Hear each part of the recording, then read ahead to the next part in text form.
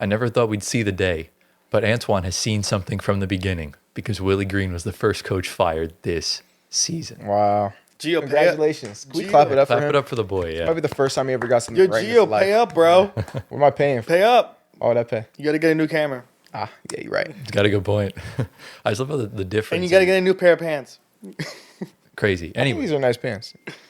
Gio, come on. I bro. literally told you You're 5 such- seconds. Okay, just keep going. It's okay. Yeah, so yeah, Keep going, go. Gio just has a habit of not putting his laptop on Do Not Disturb. All right, we apologize for that. We had a little bit of technical difficulties, but we're all good now for the time being. But again, congratulations to Anthony on calling this from the beginning, getting his first thing right this season. And we have some great news to share for the first time in a very long time. The tier lists are back.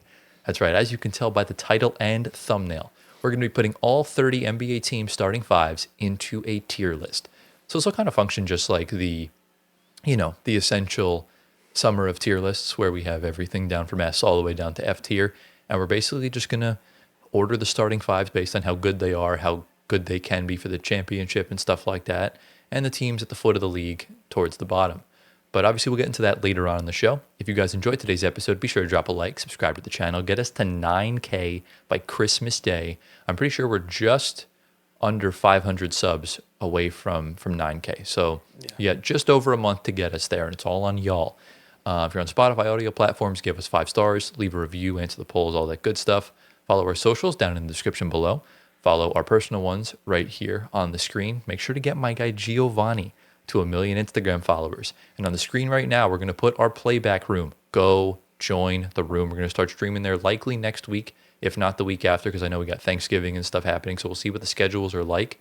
And, it'll be in the description and in the pinned comment on this video. Same with Spotify. We'll put it in the descriptions and everything like that. And join the Discord server as well, which will be linked below. Also, just like everything else. And obviously, before we get into everything, boys, how are we doing today? I'm chilling, bro. We're doing it's my, good. It's my auntie's birthday today, so Happy birthday. shout out to her. Shout Yeah, out. You're here. Okay. You got to go celebrate with her after. I will. Don't worry. I will. Yeah, don't worry, we'll get you there. Yes. But obviously, we're going to get into our first 45 minutes to an hour of news, random stuff, and everything of that nature. And boys, do we have anything to say before we dive right in? Let's do it. Into the first segment we go. Guys, we have to address an ongoing problem in today's NBA. And this was kind of the main theme of our first segments last year throughout the whole season, and that's the injuries. We obviously know these guys are professional athletes. They're very big, they're very strong, and, when bodies collide, bad things can happen because, there's guys in this league that are like 6'1", 190, and then there's guys in this league that are, 7 foot, 260. So, there's going to be some painful moments in the NBA, whether they're, contact, non-contact, and stuff like that, because these guys work so hard every single day and everything of that nature. And rather than spending a bunch of time on each injury, I'm going to just read through them all, and then I have a big tweet at the end that we're going to talk about, and that's like the main portion of this segment that I really want to discuss. Okay. So are we ready? Let's do it. We're kind of going to go rapid fire here. So the first tweet is on the screen right now. I believe this is the earliest from the time the last one went out. This was like right before Bradley Beal was out with the hip fracture, what we talked about last week. Yeah. So the first one goes to Orlando, saying an MRI today on Orlando Magic star Paolo Banchero confirmed a left groin strain, and he will miss Friday's game versus the Nets, and he hasn't played since. So that's kind of the first one. Paolo, groin injury. We're kind of going to go all throughout the body here. Pause. And we'll kind of discuss That didn't need to that be from paused, there. bro. But, we needed to just in case because, some people. But anyways, that's the first one.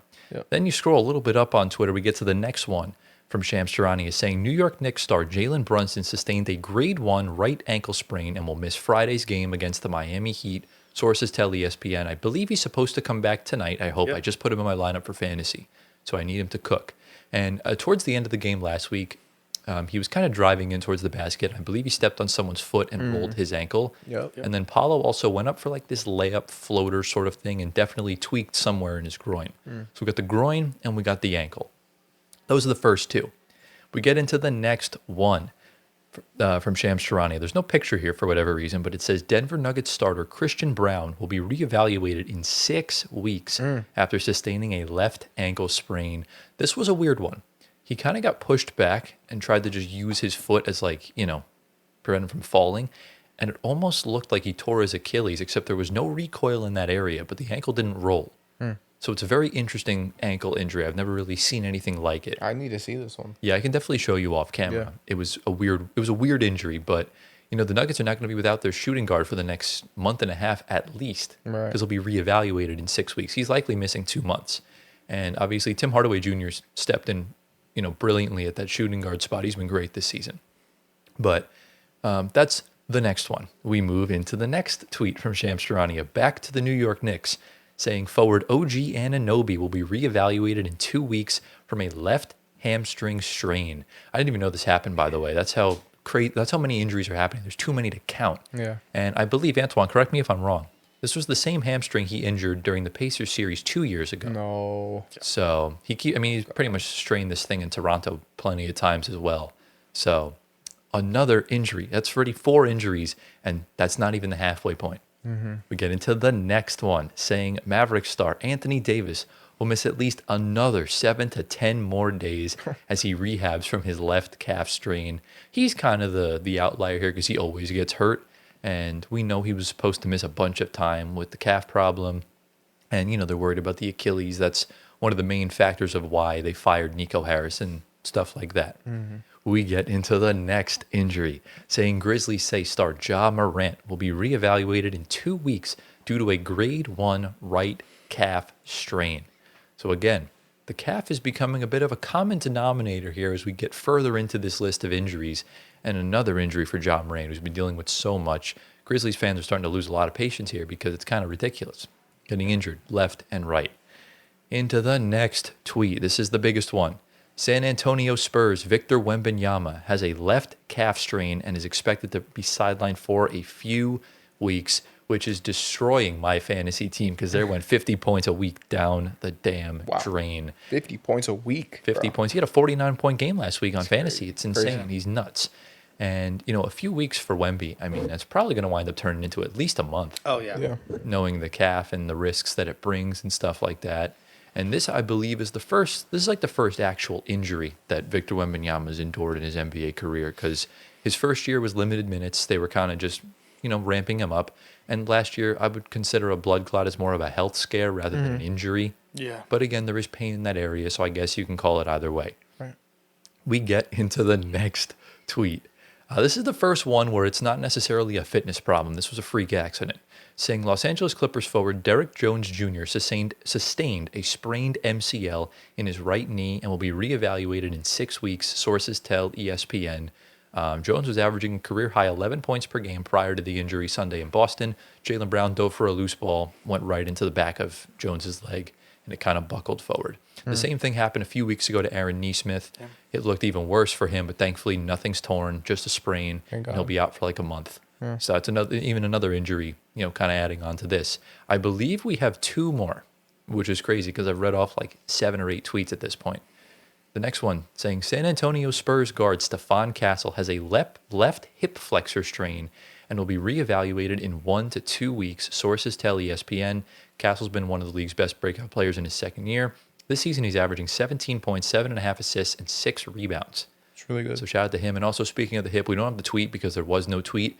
I don't know if you guys saw the Hawks game the other night. Zachary Risachet dunked the ball on a fast break, flipped over because his hand slipped off and landed flat on his hip. Oof. Nothing's broken. He's good. We saw him in street clothes walking around the other day. He's all good. So he'll be out for at least a week. It's like probably contusion. Probably, bone bruise, something along those lines. Fall. Yeah, it was really scary. It was massive. And we get to the final one, and this is another big one, saying Milwaukee Bucks star Giannis Antetokounmpo sustained a low-grade left groin strain and will miss 1 to 2 weeks, sources tell ESPN. Positive outcome after test Tuesday for Antetokounmpo, who is the only player in the NBA averaging 30 points and 10 rebounds. So very impressive. Prime Shaq over there. Exactly. So that's the injury sort of things. We just kind of scanned through it all. This was leading up to the main tweet. We're going to put it on the screen from NBA Central, saying the NBA is trying to find ways to reduce injuries per Shams Charania. The league is launching a league-wide biochemics assessment program. More than 500 players have already gone through a level of testing. There are 4 rounds of biomechanics testing that still need to be completed for the rest of the season, and that's going to be used to optimize performance and try to reduce injuries moving forward. So that is essentially the NBA's plan here. Now, for those of you that don't know, Gio works in the realm of sports medicine, athletic training, stuff like that. So he kind of knows more in depth about when it comes to injuries and, any just random stuff about the body and, how that can affect you and your recovery. That's a big thing, and kind of staying fit going forward. So, Gio, I kind of just want to give you the floor here for a few minutes to really just talk about the scope right now of the NBA with all the injuries. And what do you think is the best strategy moving forward? And how do you feel about this new assessment program that the NBA's unveiling? I absolutely love it because finally they're going to be looking into preventative. At least what I think they're going to be looking into is preventative ways you can prevent injury from ever even occurring. You know what I mean? Like the non-contact injuries, like the torn ACLs or, the Achilles injuries, or like those ones that really take you out for a while. Mm-hmm. Those can be prevented, and there are specific ways that you can train to prevent those injuries from happening. Like you said, the biomechanics of certain movements that we do as humans may not be the most optimal for our longevity in terms of, like, if we're playing a basketball, right? Right. Certain ways that we move may not be good for that sport over time. So you want to move in the best way possible so that you can do that for a long time. And so, for an example, a person that doesn't move great, Zion Williamson. No, seriously. Yeah, I know he doesn't. If you really look at like how he runs, you'll see that his feet cave inwards, right? Yeah. So you have like a natural arch in your foot, and it's not supposed to cave whenever you run, Yeah. or it's also not supposed to be like duck feet. People like call it duck feet. Yeah. It's not good. Right. There's plenty of people that are super athletic with that, but to prevent injury from occurring, you have to really, I can't explain it, but there's this terminology. It's called GOTA, GOATA. If you guys look it up, it really helps with keeping your feet in the best way biomechanically, so that you can prevent injuries from happening, like ACL injuries. Because what the way that Zion runs or sprints or whatever, it puts his knees in danger for ACL injuries down the line in the future, ankle injuries, feet injuries, hip injuries. Because everything's connected. The body's holistic, right? Right. Yeah. So it all starts with your feet. And so if you can really nail down how your feet come into contact with the ground, you can actually prevent injuries going all the way up the chain. So I think that's what the NBA is going to find. That's my prediction. And I hope that they really take this seriously and really apply it, and pretty much, make sure all the teams are taking the proper measures to prevent injuries from happening in the way that they find best. So I'm excited for that. Well said. I like that. And this is where I'm going to turn this over to you, Antoine, because there's a counterpoint to people that don't know the whole fitness realm or anything of that nature, where people are saying that, oh, players are being overworked, there's too many games, and all this is just a way to put the Band-Aid over the actual problem. Do you think that this is the actual problem, or do you agree in the sense that, maybe there are things scientifically, medically, that can be done to make this, preventable? Honestly, I think there is. There's always a solution, and with this, I'm sure it's, of course, a lot. It's a lot of numbers involved and a lot of other things. It's just crazy how all these are happening all at once, and like shout out to Underdog NBA and like all their accounts on Twitter. The whole Underdog NBA account every day, 95% of their tweets are injury tweets. Yeah. And it is literally insane. It goes from like illnesses, like players are getting illnesses like every other game now in the NBA. Like, what's going on? Like, like we've never had like people like, we get sick, but like we've never like, had so much. And like, every day the lineup for certain teams is very different or the same, it varies. And like Underdog has a pinned tweet. It's their pinned tweet on their Twitter right now. It's their notable players out with injury.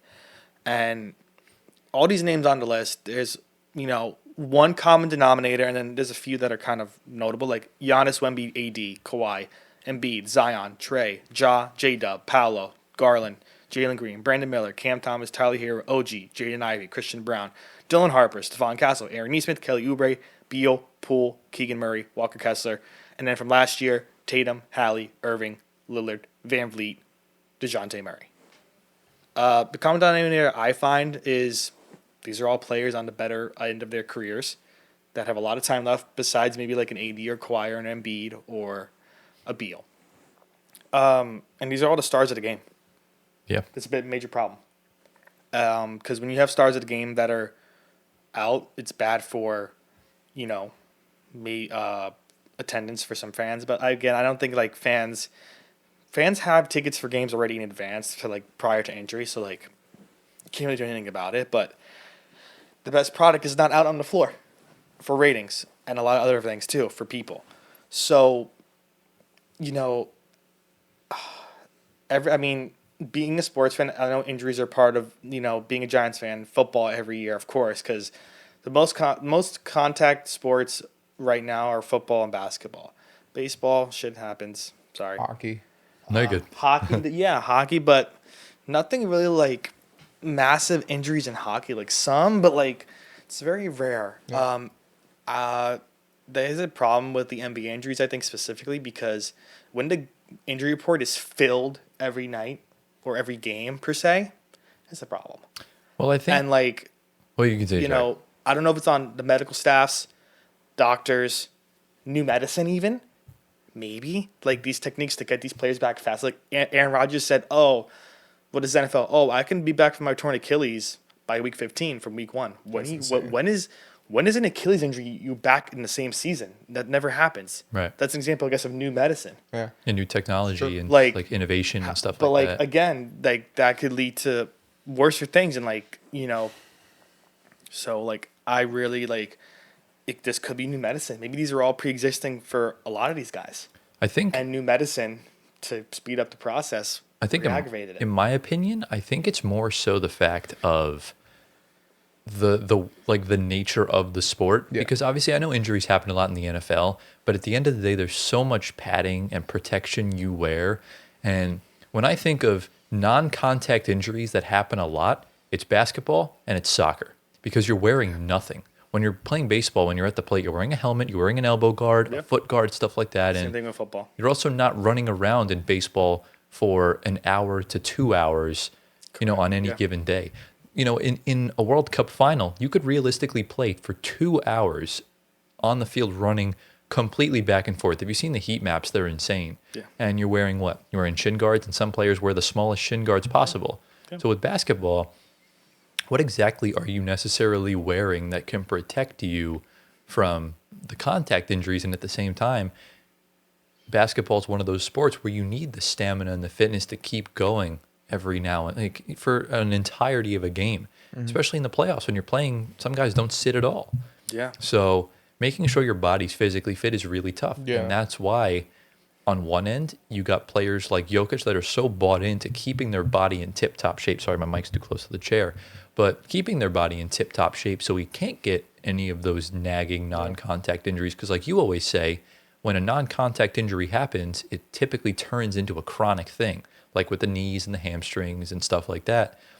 And I think Jokic is a good example of a player that, you know, pays attention to that sort of stuff. And guys like Embiid naturally have it. Remember, he came to the league over 300 pounds and was really struggling and stuff like that. Yeah. The other thing, like I said, team basketball is what gets you to the finals. Team basketball keeps you healthy. Has Jokic or SGA ever had any of those problems in their past? Nothing. Yeah. And we noticed that guys like Giannis have to put the team on his back every single night because the roster around him is not good enough. Yeah. It overexerts his body. You're having to do more during the season, and you wind up getting those injuries, and they're always the non-contact ones. 100%. Joel Embiid, same thing in Philadelphia. There were times when he was the only one carrying the offensive load after that team in 2019 failed, and he kept getting injured as a result as well. Yeah. Luka Doncic with the Dallas Mavericks, the same exact thing.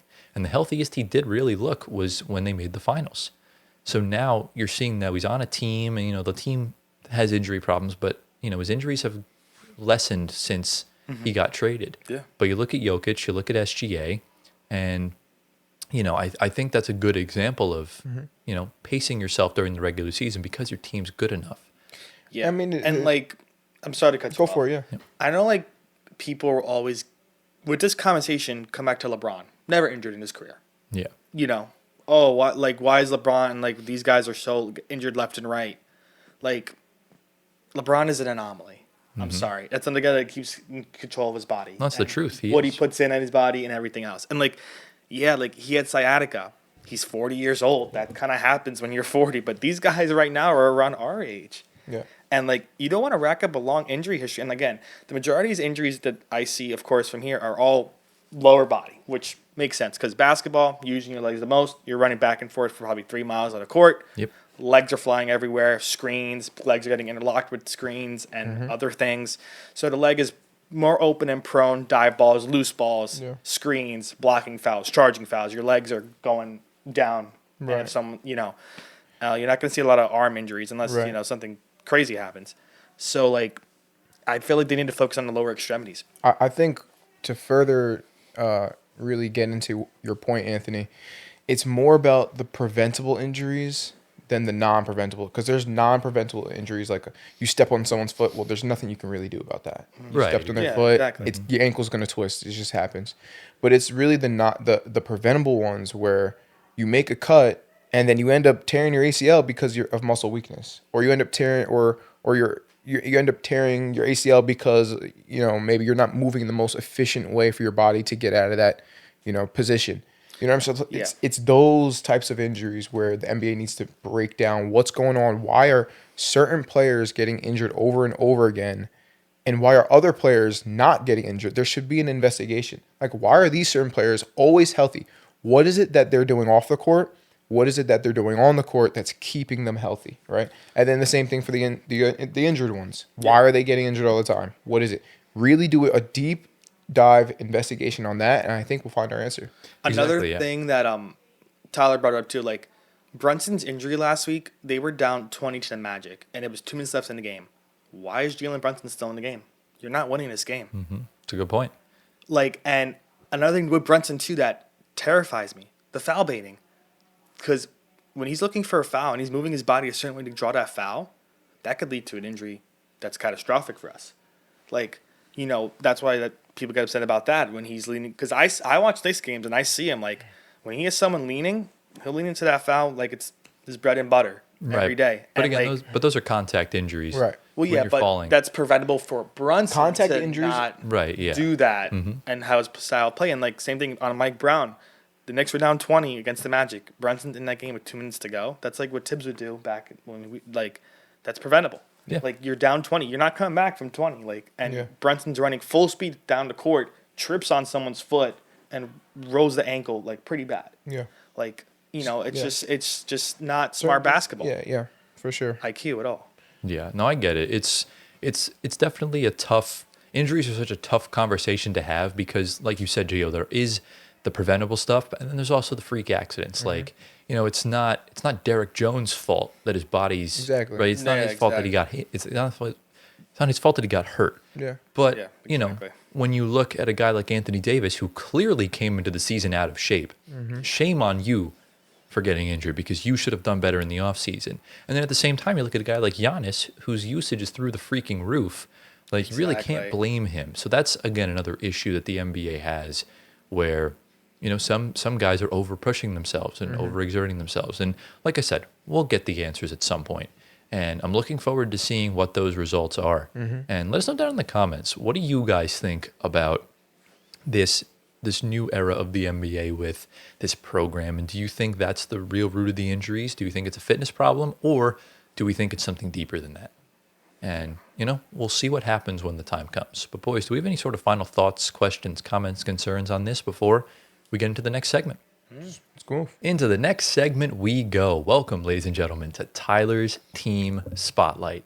So for those of you that are new around here, this is the segment where I talk about a team or a player that is either quietly cooking or quietly doing bad. But because it's the early part of the season, sometimes it's obvious. Like we talked about Jokic last week. We talked about Wemby. We talked about the Chicago Bulls off to a 5-0 record. They've unfortunately fallen back down to earth. They did have a big win, though, over the Denver Nuggets the other night. Yeah. They played very well down the stretch. Yeah. So shout out to them. They got Kobe White back, which is helping my fantasy team loads. And we're kind of cooking from there. But today, we bring you another team. And, before I even, say anything, Antoine is very confident and adamant. He knows exactly who I'm talking about. I think I do too. So I want to hear what you think first, then, Gio. Who do you think I'm talking I about? think you're talking about either the Hawks or Jalen Johnson. Well, it's a team spotlight, you donut. So it's Okay, definitely team spotlight. Well, you said player. Well, I said or a player. But Or a it's player. Team spotlight. Okay, team. Yeah. So it's the Hawks. Yeah. Okay, and Antoine. Jalen Johnson. That's how you sound, bro. Yeah, you do. You got to see my face when I was doing that. Okay, so this is either obviously the Pistons because they won 11 in a row. Right. It could be the Raptors. Right. The Raptors are doing well. I don't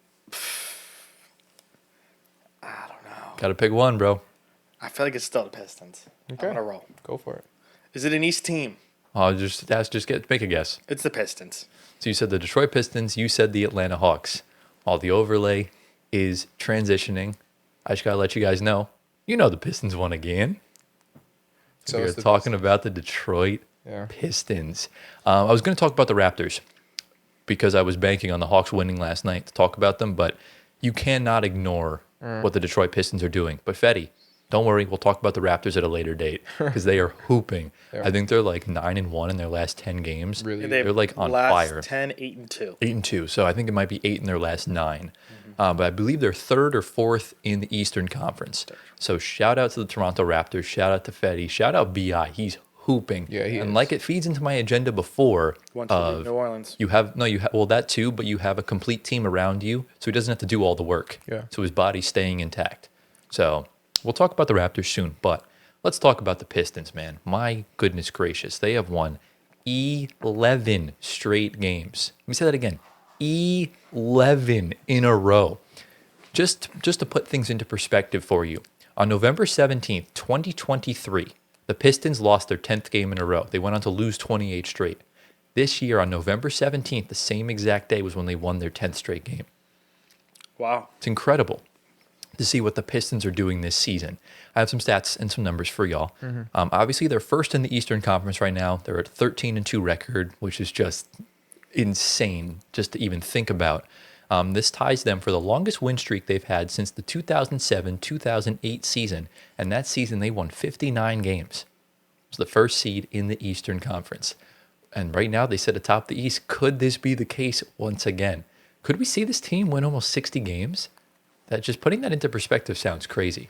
No way. I have no idea. And, 2 years ago, that same season they lost 28 in a row. They only won 14 games. So if they win tomorrow, that already ties their total from what they did for an entire season in 23-24, which is just nuts to even think about. And you remember how traumatic it was during during that losing streak. Cade was on the brink of tears after some of those games, and you just saw how happy and relieved he was when that streak ended. And yes, I did the strange thing of watching back the highlights of almost all of those 28 games over the past week. And one thing I noticed about those games, they were barely getting blown out. They had the lead in a good chunk of those games, and it just kept slipping away in the fourth quarter and at the end. And it was just really rough to kind of just, see them go through this type of, season. And I'm a firm believer of you go through those rock bottom moments to get better. What doesn't kill you makes you stronger, right? And that's exactly what they're kind of doing. And this season, the Pistons are they're 13th in offensive rating, which they were like bottom, like 30th for the past like 2 years. And this year they're third in defensive rating.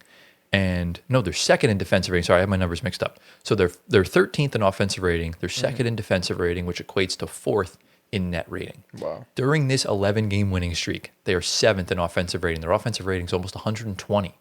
Their defensive rating is third at 109.1, which equates to a mind-boggling 10.5 net rating, which is top 5 in the NBA right now, which is just insane to even just think about. And this season, they're shooting 34.6% from three-point range, which is 22nd in the NBA. So it's not even really that good. But remember, this team has an early 2000s feel. So they're not going to be the ones like Boston shooting 78 threes a game. They're going to be the ones shooting less and kind of attacking you from the interior. And from two-point range, they're top 15. They're 55% from the field in two-point range. And all that equates to 48% from the field, which is top 11 in the league. Now, during this streak is where things take a big improvement because they're shooting 35% from three-point range during this streak, which is a little bit better. It's 19th in the league. Two-point percentage is almost 60%. That takes them into the top 5, and they're 50% from the field, which is third best in the entire league since October 29th, which was the first win of this 11-game winning streak. So they're doing really well from there. Shall we talk about some players? Yes. Really only have two players to talk about here. We're going to start with the man of the hour, and that is Cade Cunningham. And I find myself, it's kind of funny because I felt so bad for Cade Cunningham during these first few seasons. I was like, they got to trade him at some point. Not even because I don't think he can bring a championship to Detroit. It's just I don't know if they're ever going to be in that situation. And thankfully, they're in that situation now. And I just can't stop glazing the guy. He's just too damn good. He's the truth. And during this streak, Cade Cunningham is averaging 31 points, 5 rebounds, 11 assists, 2 steals and a block on 46% from the field. We know he hasn't been the most efficient. He went like 14 for like 46 during that one of those games. It was, kind of insane. And I have some tweets from the last 5 games. He's the 5th player this century with 5 straight games of 25 or more points, 10 or more assists, joining Russell Westbrook, Trae Young, Luka Doncic, and Nikola Jokic. I mean, that's like pretty impressive company to be, in with arguably all Hall of Famers. I do believe all 4 of them will get in at this point. Trae Young's maybe on the borderline of not getting it, but even still, he's a perennial all-star. That's just how good he is. And then, Cade Cunningham hasn't even played in all of these games. That's been the even crazier thing about this. He's missed, I think, like 5 games with some injury. Jalen Duren's missed some time. Asar Thompson's missed games. Wow. Jaden Ivey hasn't even been playing, Right. which is just crazy. And let's talk about Antoine's guy, Jalen Duren. Yeah, please. All right, like you said the other day, our buying stocks are doing very well at the moment. Want to go check that out? The link's down below. Go watch both of the episodes. Jalen Duren during this streak is averaging 24 points, 13 rebounds, 2 assists with a steal and a block on 70% from the field. Wow. 70. That's like Jokic levels of automatic. And this dude is like the total opposite player. Nikola Jokic is this smooth, finesse-like playmaker with the softest touch. Jalen Duren is just going to bust his ass in the paint, body you out of the state, Dunk on and just yam it right on your head top. Yeah. And that's kind of just how he operates, regarding him. Jalen Duren this month in November is averaging 24 points, 14 rebounds on 72% from the field, and the Pistons are 7-0 during this stretch. And obviously, one of the games he had 30 points and 15 rebounds, and he was on 90% shooting during that game. The only other 4 players to do that since the NBA merger to have 30 or more points, 15 or more rebounds on 90% shooting is Dwight Howard, Alonzo Mourning, Sean Kemp, and I want to see if you know this guy, Gio. He played for the Cavs back in the 90s. His name is Brad Daugherty. Oh, yeah. Brad, Yeah. daughter. So those are the only 5 players to ever do that on 90% from the field. I believe he missed 1 shot in that game. And Jalen Duren is now the betting favorite to win Most Improved Player. Wow. And he is a heavy favorite. 33% chance to win the award. The next closest is Josh Giddey at 17%. And then Denny Avdi is 3rd, below 10. So pretty impressive stuff. I wish there was 3 awards to give out because all 3 of those guys deserve it. Exactly, yeah. They're really Duren is, I would say, he's in first for sure. Oh, absolutely. I think him and Josh Giddey have clearly been the 2 that have been, improving drastically. Denny's been kind of in that Jalen Johnson conversation of he's been this good for a while. But that's essentially everything I have regarding the Detroit Pistons. Detroit basketball is back better than ever. And I guess we're going to start with you, Antoine, because, obviously you saw the light with Jalen Duren, and you're seeing how well this team is playing. And I know a lot of Knicks fans have been criticizing their strength of schedule, but they clearly just beat a really good team last night. They've beaten the Magic before. They beat the Bulls. What are your thoughts on what you're seeing from the Detroit Pistons this year? How does it differ from last year with the big improvement they made? Yeah, I mean, as a Knicks fan, I really don't care about strength of schedule. You play who's in front of you. Knicks fans, stop crying. Please.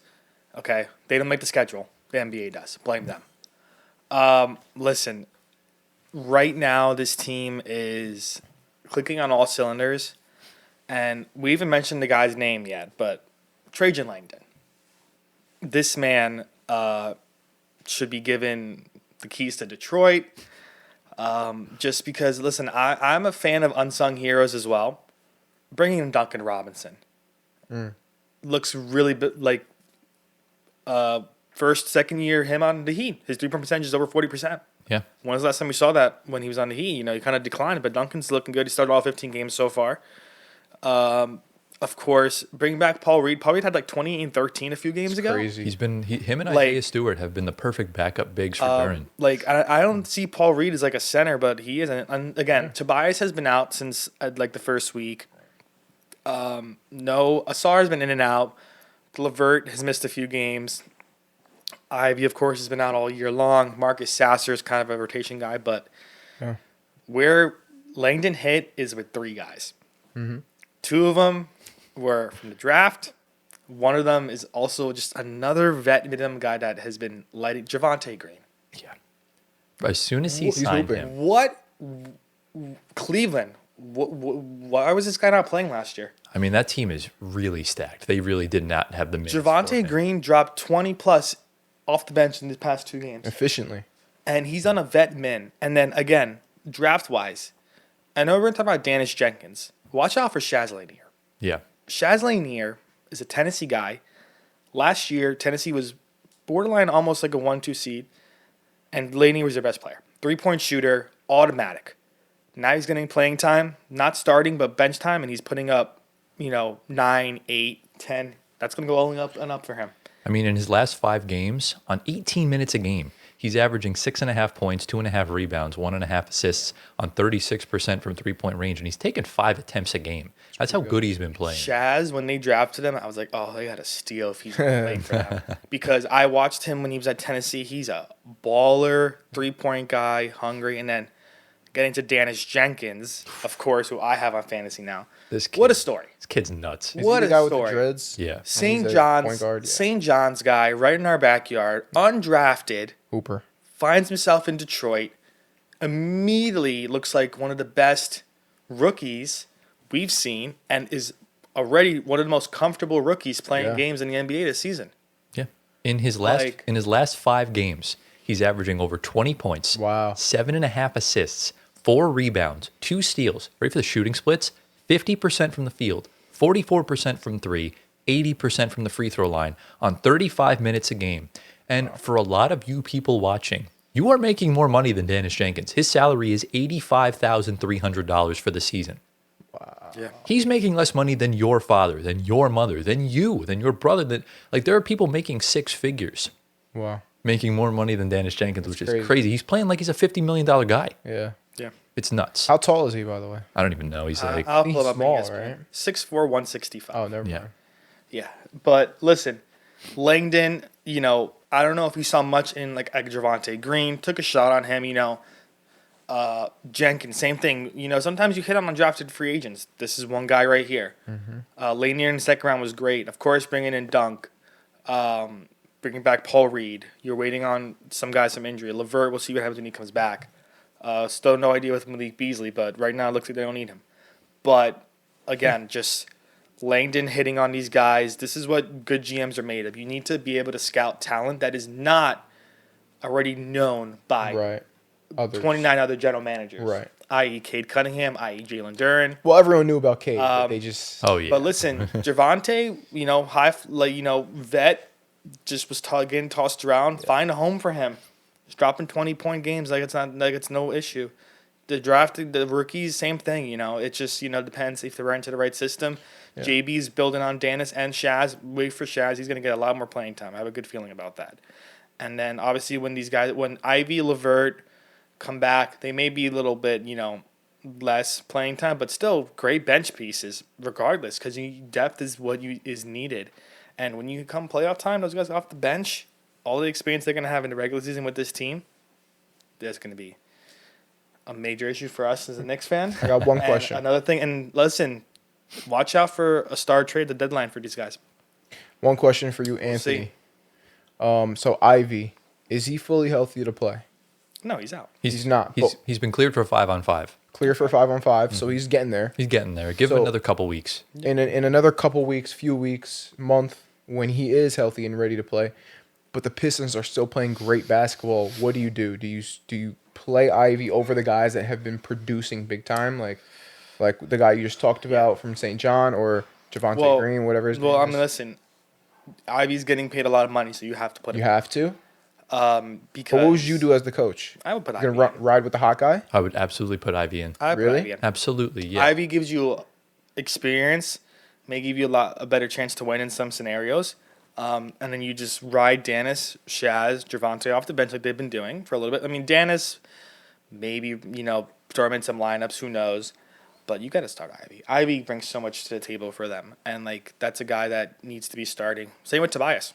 Dunk's going to go back to the bench when Tobias comes back. Mm-hmm. So, But they've been playing so well. Well, I understand without. that. Yeah, And but, even better, I would argue without these guys. But- Well, I mean, they haven't played. Ivy hasn't played since January. I know of that, last year. but Yeah. Tobias I'm speaking about. And then Well, yeah. when Ivy was playing, the Pistons weren't good. Let's be honest. Well, they Right. weren't yet. They found Yeah. themselves after Right. that point. But with Tobias and Ivy, those guys give you better shots to win on the court compared to some rookies. Okay. Yeah. Obviously because of experience, and they're your starting 5 core. They got to get their spots back, and you can always interchange them if something's not working well. I mean, I'm sure Ivy and Tobias are going to be on a minute restriction regardless coming back, so you're going to have to work your way up back to playing full strength. So Yeah. we're not going to see Dennis, Shaz, or Yeah. Javante Green lose any minute, momentum wise at all. So Tyler, I also have a question for you. Mm-hmm. JB Bickerstaff. Yeah. What's your assessment on how he's doing? How he's coaching so far? I think he's doing even better than he did last year. I think managing the minutes of these guys is the key thing. And the fact that you're winning games without Cade in the lineup, without both him and Duran in the lineup, without Asar Thompson, without a lot of these guys, it's been kind of vibes. It's just been, starting Dennis Jenkins and Chaz Lanier along with, the rest of your guys, or starting Duncan Robinson, or kind of playing around with the lineups. It's comfortable. Nothing feels like, yes, Cade Cunningham is your best player, but it doesn't feel like Armageddon when he's out. Mm-hmm. And that's even like when Jokic goes to the bench, it's like Armageddon. So when you're without your best player, that's why I credit the Hawks a lot too right now. Without Trae Young, they look fantastic. Yeah. And when Cade comes back in, when Trae Young comes back in, when any of these guys, we saw with the Lakers last night when LeBron came back in, he just made the team better with his playmaking and him on.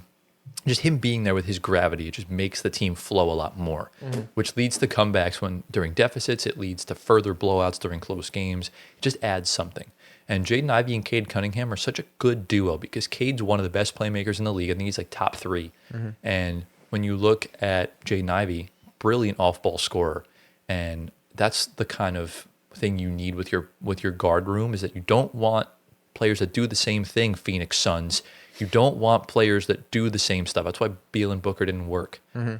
But when you have a playmaking guard and you have a guard that can just shoot and probe and play well off ball and space the floor, that's what you need. Mm-hmm. And look, it might not work with Jaden Ivey, but JB Bickerstaff's going to figure it out. He's going to have depth in this team going into the season. We saw how well OKC and Indiana did last year using their bench. We're talking like 10 guys deep. We're not talking about 6. And that's kind of what the Pistons had last year. They really didn't have much to kind of resort to. And now, They do. If you have a starting 5 of Cade Cunningham, Jaden Ivey, Asar Thompson, Tobias Harris, and Jalen Duran, as far as like true trustable playoff guys, I'm looking at Isaiah Stewart, obviously, even though he might start. I'm looking at Duncan Robinson, who's played in 2 finals before and has excelled in both of them. I'm looking at a guy like Javante Green, who's a vet. For those of you who don't know who Javante Green is, he was the guy in the mic'd up with Jason Tatum saying, when I get a cut, I'm top 5. So that's exactly who that man is. That's good. That's a good. That's ball knowledge right there. Exactly. It's a good little trivia thing. Yeah. And then, I'm not sure if Dennis Jenkins or Chaz Lanier will get playoff minutes. I doubt they will. But already that's like 8 guys that you can resort to and rely on. And I probably already missed a few more names that they could even go to. Levert too, yeah. Yeah. So that's already like 8 or 9 players. We got I guys. really like the way this team is looking going forward, and I'm very excited to see what they can do. And credit to JB Bickerstaff. They look really good. And like I said, we always see a team finish just kind of midway through the standings the year prior, and then they just shoot up. This year it was them. Last year it was Cleveland. The year before it was OKC. The year before that, I believe it was, I don't remember. And even last year, you can say Houston too. Yeah. Houston went from out of the playoffs to the 2 seed in the West. So it's always interesting. It's always fun. I'm glad it's finally an East team, a team that we think can do well. And I still have that little clip from our live stream back in June during the draft when we predicted the finals for next year. And I said it would be Thunder versus Pistons. God. Let's see what happens. Is Well, that what he said? listen. My prediction in the standings, I predicted them to finish second or third. You had them third. Third. Yeah. All right. I mean, it's looking pretty good. You guys had them fifth, sixth. I had fourth or fifth. You know? Yeah, I just didn't think. I thought they would take a step back. No, I was debating between third and sixth, and I wound up going sixth. Yeah, yeah. So I'll There's hold my no hands up. way. I was wrong. But yeah, that's essentially the Detroit Pistons. They're looking really good. Cade Cunningham, congratulations, just signed an exclusive shoe deal with Nike. Yeah. Very happy for him. And look, he was crying his eyes out 2 years ago after losing 28 straight, and all that hard work's paying off. So shout out him, shout out the Pistons. And boys, are we ready for the surprise segment? Let's do this. Into the next segment we go. Ladies and gentlemen, welcome to Tyler's surprise segment. So each week I come in with, a topic that these guys don't know about. Obviously, if you look down at the chapters, you'll know exactly what it is. But, essentially it's more fun. It's not really news related. Like last week we looked at all of the Western Conference NBA Cup courts. Before that we did the, Bleacher Report rankings and ESPN rankings and stuff like that. So anything that's new, interesting, fun to the NBA where we can rate things or we can, react to rankings and stuff like that, it's always enjoyable. So, if you have anything you want us to do, let us know down in the comments. Today, I have something just as fun for y'all planned. Obviously, this all got released a few weeks ago, but we're going to be looking at all 15 of the Eastern Conference City Edition jerseys. Oh, I've seen this. I like already. this. Yeah, so I'm at least ready you for guys, this, bro. So at least you guys have seen some of these in person. And I'll pose the question right now to you guys. If I can, do you want me to just keep the team overlays the way they are, or do you want me to make it the colors of the City Edition jerseys? I think it's fine the way it is. Like, Yeah. Okay, I could always send you a picture if you want Yeah, me to yeah. do a specification. Right now, I just have them normal, but I can change them. Yeah. It'll take me like 10 minutes, okay. so it shouldn't be too bad. It's really up to you, bro, honestly. So I want to know what you guys think looks better. That's the only reason why I'm asking. So we're a 3-man team. It's not just me. So, but again, we're going to do this week for the Eastern Conference, and next week in episode 85, we're going to do the Western Conference. Yeah. And, we're going to rate these out of 10 with decimal points, as needed. We're going to be very strict with these because, a lot of these are, I don't want to take the rinse and repeat into account because a lot of them did use previous City Edition jerseys. So just act like they're new. We're going to rate them based off of how they look and stuff like that. And you're going to see the normal jersey as shown on like Fanatics and stuff like that. And there's going to be on the players, for the most part, ones that I could, see. So do we have any sort of questions, comments, concerns before we dive in to everything?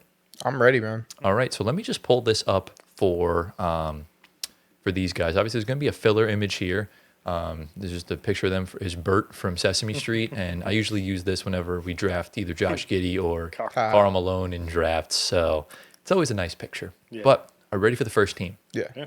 We're going to go in alphabetical order here.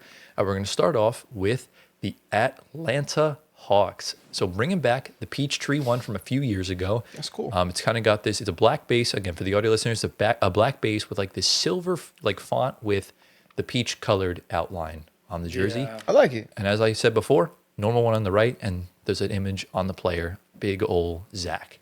I like the colors a lot more than the Peachtree name on there. Yeah, I mean, if we're rating this, right? We're rating this. yes, we are. I'll give it like a 8, a flat 8 out of 10. Yeah, I mean, I don't know what happened to the MLK one they were going to bring back. It was like always leaked. Yeah. Yeah. That one's better than this, but I do love this jersey. Yeah. I wish it just said maybe ATL in like a script would be cool along with a logo. But again, Georgia's the peach state. It makes sense for this to work. And you can never go wrong with a black jersey. This looks really clean, really slick. I'm going right off the bat with an 8.5 out of 10. Yeah. I'll go 8-1. I love the colors. Just where is there a peach tree? It says on the jersey there's It's no Georgia. peach tree. Yeah, it's Georgia. It's I know. implied. Oh yeah, but there's gotta be some peach. Okay, like, so you want more in there. I want more peaches. Like I just don't want peach. We know that, bro. Like, but I love it for the color and I love it for the font. Of course, looks really good. Yeah. So I'm gonna give it an 8-1. I also like that there's like a unique color. Peach is not something that we Yeah. see very often. It's more like you see it on phone cases. Like rose gold's become like a big trend. And this is kind of similar to that, just not as dark. Right. But shout out the Atlanta Hawks. Yeah. Into the next team we go. Shout out to our guy, Kev, the gaming, for his team, the Boston Celtics. So they've gone completely different here. They've gone for a white base with it's basically the same Boston font and number, but except it's gold with a black outline. Antoine, what do you think? I mean, props for the gold because for Lucky, obviously, but they just changed the color of the whatchamacallit, the Boston font and the number to gold. Yeah. And the collar to gold and the Nike logo to gold. That was it. So I wonder what the court looks like. I will give it a flat 5 because it's mid. Oh, wow. Yeah, I'm not gonna lie. Like this should have been their home jersey last season when they were the reigning champs. Fair. I feel like they should do gold with the reigning champs. Looking at this picture of Sam Hauser, I'm not gonna lie. This jersey does not look good on white guys. Yeah. It just does. That's a just, very good it point. clashes too much. does. I don't like it. I'm sure on Jaylen Brown it looks fantastic. Yeah. But on this, I just don't like it. There's no creativity here because it's essentially just Boston. It actually looks better green than it does gold. Yeah. I'm giving this a 3 out of 10. I actually despise this. I don't like it. Finally, the Celtics did something wrong. As bad as last year's City Edition jersey was, this one's worse. Yeah. Yeah, I'm not a big fan of this either. I'll probably give this a 6 out of 10. Also, I thought this guy was Alex Caruso for a second. Oh my Because goodness. Sam Hauser, it looks like he's balding. Hauser. If Looks I'm like seeing he's it just got correctly. blonde It hair. could be the photo, yeah. The way they. Because he's got hair. Yeah, Okay. Like a he buzz does have cut. hair. Yeah, he does. But anyways, yeah, 6 out of 10. Okay, not too bad. Are we ready to get into the greatest team in NBA history? Oh, yeah. The best team in New York, bringing back an old classic. We have the Brooklyn Nets. 0. Bringing back the Biggie Smalls jerseys with the I think it's called the Coogee design on the back. I don't remember. It's like Coogie. I don't remember how it's pronounced. But for those of you on the audio listener, it's a black base, Brooklyn font, and that really cool rainbow design on the collar, on the sleeves. And I love the effects they used in the photo shoot with like the kind of the flashing colors. Yeah. But Gio, what do you think about this jersey? Because I know across the broad spectrum of the NBA, this is like a top 5 jersey. Really? Ever, yeah. I'm not the biggest fan of it, to be honest. Really? Yeah. I guess I'm just a hater of Brooklyn jerseys, but this to me is probably like a 6 out of 10 as well. Wow, that's got to be better than Boston. At least go 0.1. 6.1. Thank you. I mean, listen. Look, the jersey speaks for itself. It has a 0 on it because it's a 0 out of 10 now. It's actually, I like it because of the design and for Biggie, of course. So, R.I.P. We miss you. Yeah. And, yeah, I do like it. I will say that. What are you rating? I'm going to probably give it a 7.5. Oh, okay. Yeah. This jersey, what I love about this jersey is what you can do with it. Do you all remember when D'Lo was on the team? He had the arm sleeves and the headband in that exact same pattern as that's pretty the cool. border. It's so cool. I'm all for, like, you used every color in the palette without it looking like a standard rainbow. So I think this kind of brings a unique vibe to it. And I think with the black, it looks really dope. This is one of my favorite jerseys of all time. And even though I'm a biased Nets fan, there are jerseys that we've released that I just don't like. But I also do believe we have the most underrated jerseys in the league. So for me, I'm going to give this a 9 out of 10. Yeah, I think for the minimalistic change they made just for like the What? outlines, the minimalistic, Is that like, You said a bunch of. the minimalistic changes to like the outer part of the jersey, which is just like the side stripes, the sleeves. It's Yeah. a major change for the entire jersey because of the colorway and the design. exactly. So yeah, that's why. And you get the Bed-Stuy down here Okay. on the bottom. Yeah. So the year after we did that, we did the white one, and it said Bed-Stuy, which I didn't like as much. It definitely. Oh, yeah, I remember that one. The rainbow accents the black a lot better than the white. So, shout out to the Nets. Yeah, man. Into the next team, guys. Grab your sunglasses because we are going to the Charlotte Hornets. So we've gone back to the gradient, although the gradient's not as forceful as like that Miami one with the Vice a few years ago. This one, it starts out yellow on top, goes to orange at the bottom. We got some yellow pinstripes with a blue font. Boys, what do we think? In honesty, like it's not that bad. Really isn't. looks like a Sunny D. It kind of It does, yeah. does look like Sunny. When you haven't shaken the it. thing, Yeah. the way it looks on Grant, It's terrible. I don't know if Grant. the lighting is so bright. It just doesn't look good. I just don't like the way you stared at it. Nah, Yeah, I don't but like that picture. The Grant. left-handed one looks so much better than the right-handed picture. Yeah, just take Grant off. And he's not even playing. I would Almost I looks would pink. give it. Oh, it almost looks like it's pink on Grant Williams. does. Yeah, a little bit. Yeah. I would give it. If I'm being honest, it's worse than Brooklyn's because of just like it's a cool design, but I don't know. I would probably go like a 6.8. Thank you. Thank you. You're welcome. Thank you. I actually really like this. Okay, whatever that was. I actually really like this. What I love about it is the blue color in the font. It makes the whole thing pop a lot more because, you know, they could choose any shade of blue and it probably would clash. It would look a little too bright. You've got the bright, loud colors and you have the soft, dark blue, and it really just accents the whole jersey really well. Mm-hmm. I don't think I like this more than Brooklyn, just purely off of the fact that I don't like the yellow pinstripes. Yeah. It doesn't really speak to me. Nope. I'm giving this an 8.8 out of 10. Oh, okay. I like this a lot. I don't think it's that far. up Summer for me. vibes. Yeah, so I agree with you with the yellow pinstripes. I think if they left that out, the jersey would be better, Absolutely. a whole lot better. So because of the pinstripes, it goes down to about a 7 for me. That's still pretty good. Yeah. So you would have given it an 8 without Probably. it? Yeah. Not too bad. Into team number 4, we are heading to the Chicago Bulls. So we've gone for a black base jersey with they've done this jersey in the past They with have, like Yeah, I've seen red, it. but instead of the white font with the black outline, we have a light blue light blue font with the red outline. And for those of you that don't know, in Chicago's flag, there's a lot of light blue, so it's like the color of the city. So, Giovanni, Yeah. how are you feeling? Man, I'm really kind of You don't like it. distraught here because I love black jerseys, but I don't really like the yellow. I mean, not the yellow. The blue. Don't really like the blue and the red together. It's really giving me like New York Giants vibes, and I'm not a fan of the Giants. So that Nobody being asked said, this is probably 6. I mean, like, don't worry, I'm not Go gonna say ahead. Go ahead. I know you want to. 5.6. Oh, wow, you're going low. Yeah. I'm kind of in agreement with you. I liked the theory of this, but in reality, I just think a red font with a white outline would just look a lot better. Yeah. But it looks good on the players. Like it looks better on Kevin Huerter than it does just on the base Fanatics image. But I still Yeah. just don't love it. I'm going to give this a 6 out of 10. I think it could be better. Improvements could be made. Yeah, I'm gonna agree with you. I would probably put it in the 6 realm. I think it's a little too plain if I'm being honest. And I feel like that blue does not mesh with the red, like Gio said. I think that's the biggest thing. Yeah. But yeah, the mid, just no. Yeah, it is kind of on the mid end Yeah. of the spectrum. I just don't love it. Yeah. So, but shout out to the Bulls though. Yeah. Into the next jersey we go. Again, bring back those sunglasses. We are getting bright with the Cleveland Cavaliers. Ooh. So this is kind of a throwback to what they had back in the past with their orange jerseys, and I Yeah. kind of like what they're doing with the land. So for those of you that don't know, we have it's like an orangey pinky base sort of thing. It's like a bright orange. It looks like the peach one, like from. Yeah. Kind of does. More It like is. rose gold. And they have the Cavs logo kind of next to the land with like this really cool, I know you can't really tell from the distance, but there's like, you know, that font where it's like the boxy letters, but there's like a line in the middle. It's kind of an outline. And then it's kind of got a shadowed layer. So Yeah. boys, how do we feel about this? This is the same version as last year's, except that, you know, it's Yeah. this instead of blue.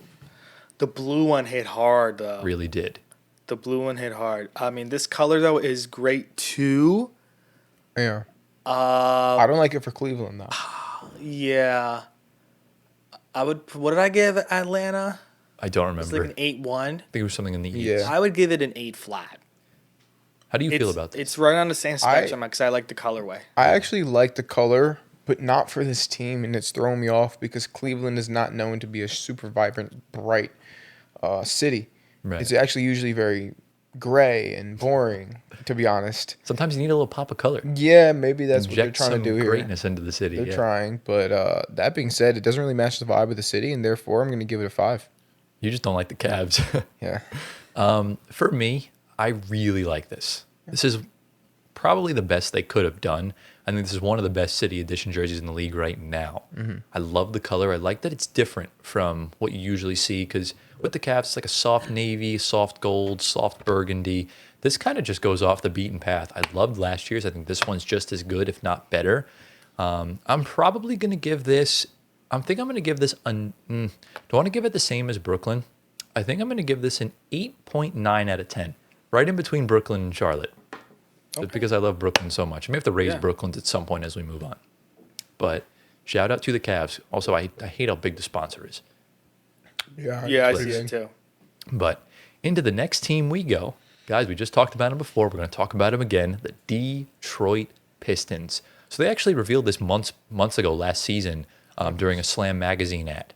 So it's a black base, white font with the old school colors with the teal outline. Get the red and gold down the sides. Antoine, how we feel? I think when I saw this for the first time, I was like iffy on it. I like what they tried to do. It's not mid like the other ones I said. It probably is like a number or two above it. I would probably go like a 7-2, 7-3. There's something missing from this jersey. I love the color on the side. It's like a greenish blue. Teal. Yeah, teal, exactly. Yeah, there's something missing. Can I tell you what's missing? Go ahead, Gio. What's missing is the teal should be the base color. Yeah, there you go. That's what it should be. Still a nice jersey, and I like what they tried to do, but if they just made the teal the base color, it would be much better. So you're talking about Therefore, teal jersey. This Yeah, is exactly. a 7 out of 10 for the effort. Yeah. This gives me like Vancouver Grizzlies vibes. Well, Yeah, it. it does. I like it, but I also don't. So I think for that reason alone, I'm just going to give it a 7 out of 10 because I really just can't think on how to feel about it. It's cool. Like, I don't hate it, but I also don't love it. Yeah. So shout out to the Pistons. Yeah. Into the next team we go. Guys, we are heading to my championship darlings, the Indiana Pacers. And we got a really good one here. So it's a white base with kind of like this blue and yellow box that kind of almost looks like racing stripes. Yeah. And you got the old school Pacers font with the number. Guys, how do we feel about this? Well, do you know why they have the racing stripes? Well, because the Indy 500. 500. Yeah, exactly. Duh. Okay. Listen, That's what happened to me just now. Yeah. listen. I don't know what's wrong with him, but anyways, I don't know what it is about Pacers jerseys, but they always seem to be so nice. So goated. Like, and I'm not even a huge fan of yellow, but they always do it.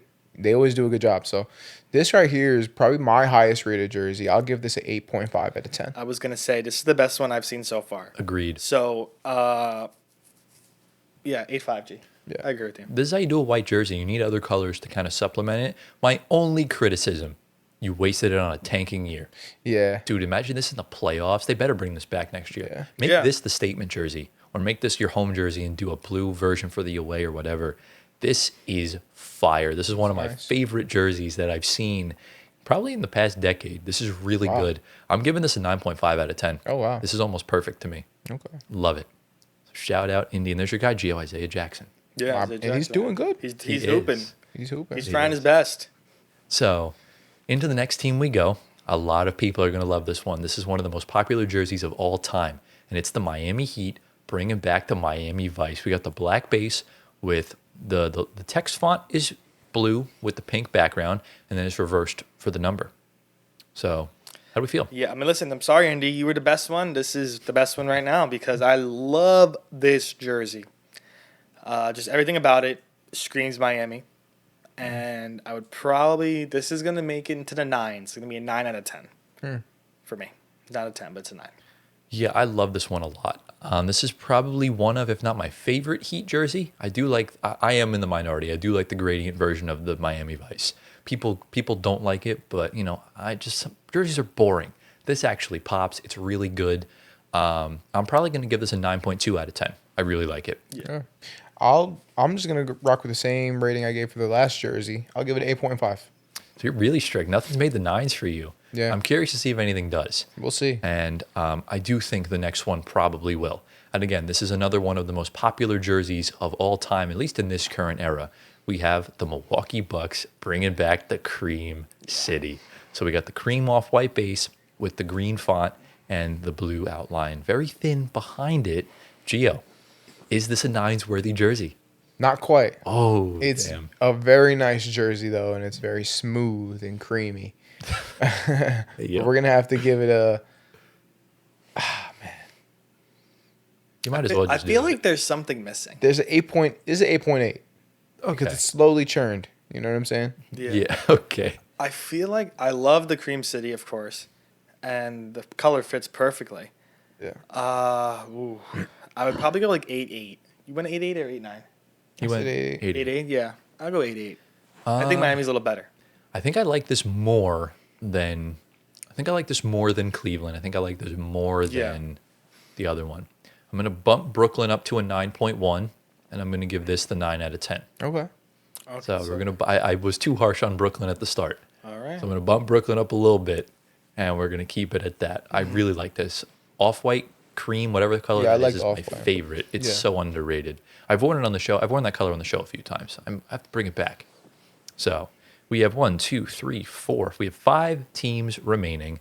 We're ready to get into the next one. That's it. We are getting into the worst team of all time, the second best team in the great state of New York, and we have the New York Knicks. This is I like the this best one by far. Also going with the off-white cream color, we have that sort of base with the orange font and the blue outline. We kind of have a cool little design going down with the specialized New York City Nike font. Yeah. So, Antoine, how high does this go for you? I mean, I love it. It's minimal changes, like the cream and then the design. I feel like they always don't like do anything major, but I love the design and the color. Of course, New York and a number are the same orange, so like nothing really crazy. It looks different because I use what you see on the text here. I know it says Quartz. I'll change it, but Yeah. that's a lighter yellow. That's a lighter orange than what It you is. see on the jersey. It's more different. neon. Yeah. So, I would give this is probably an 8-7. oh, wow, I thought it would go in the 9s. No. Yeah, so- 8-7. I actually love this jersey. This reminds me a bit of the early 2000s Knicks jerseys with the stripe going down the side. Right. Yeah.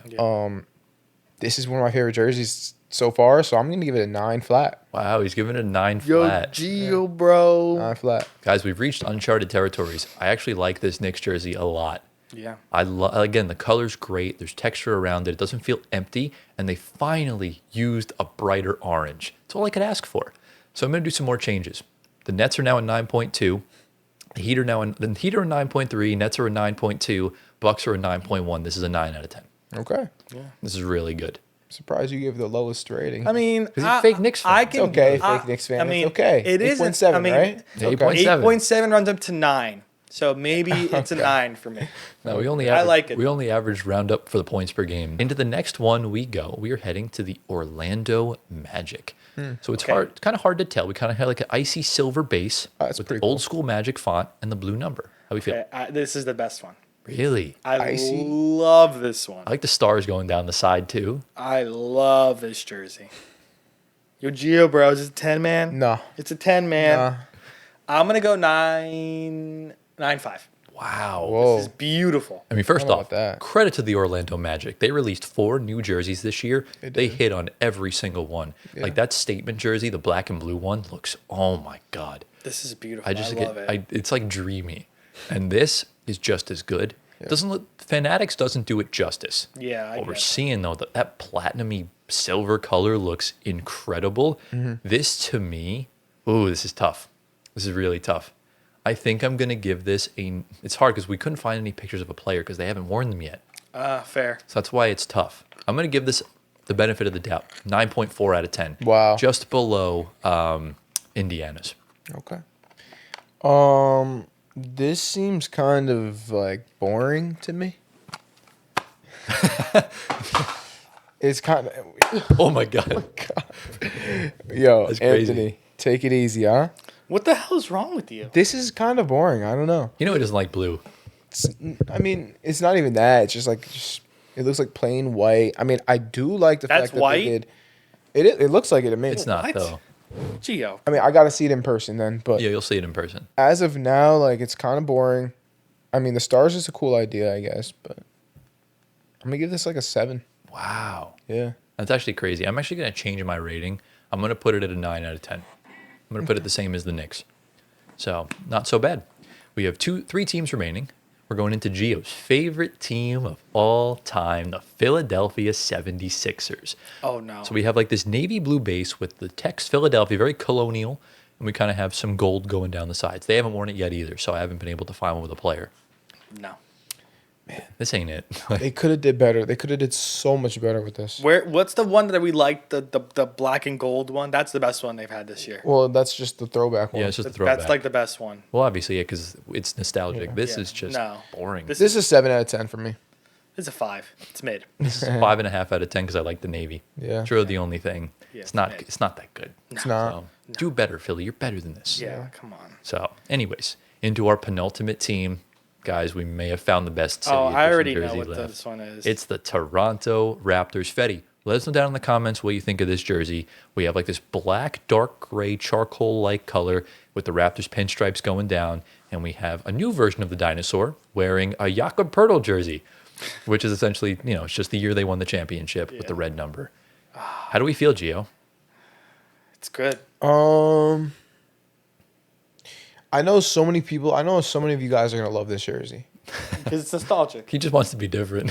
But honestly, it's not all that.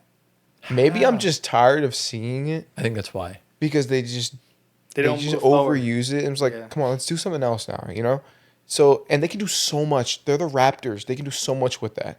But they just keep the same design.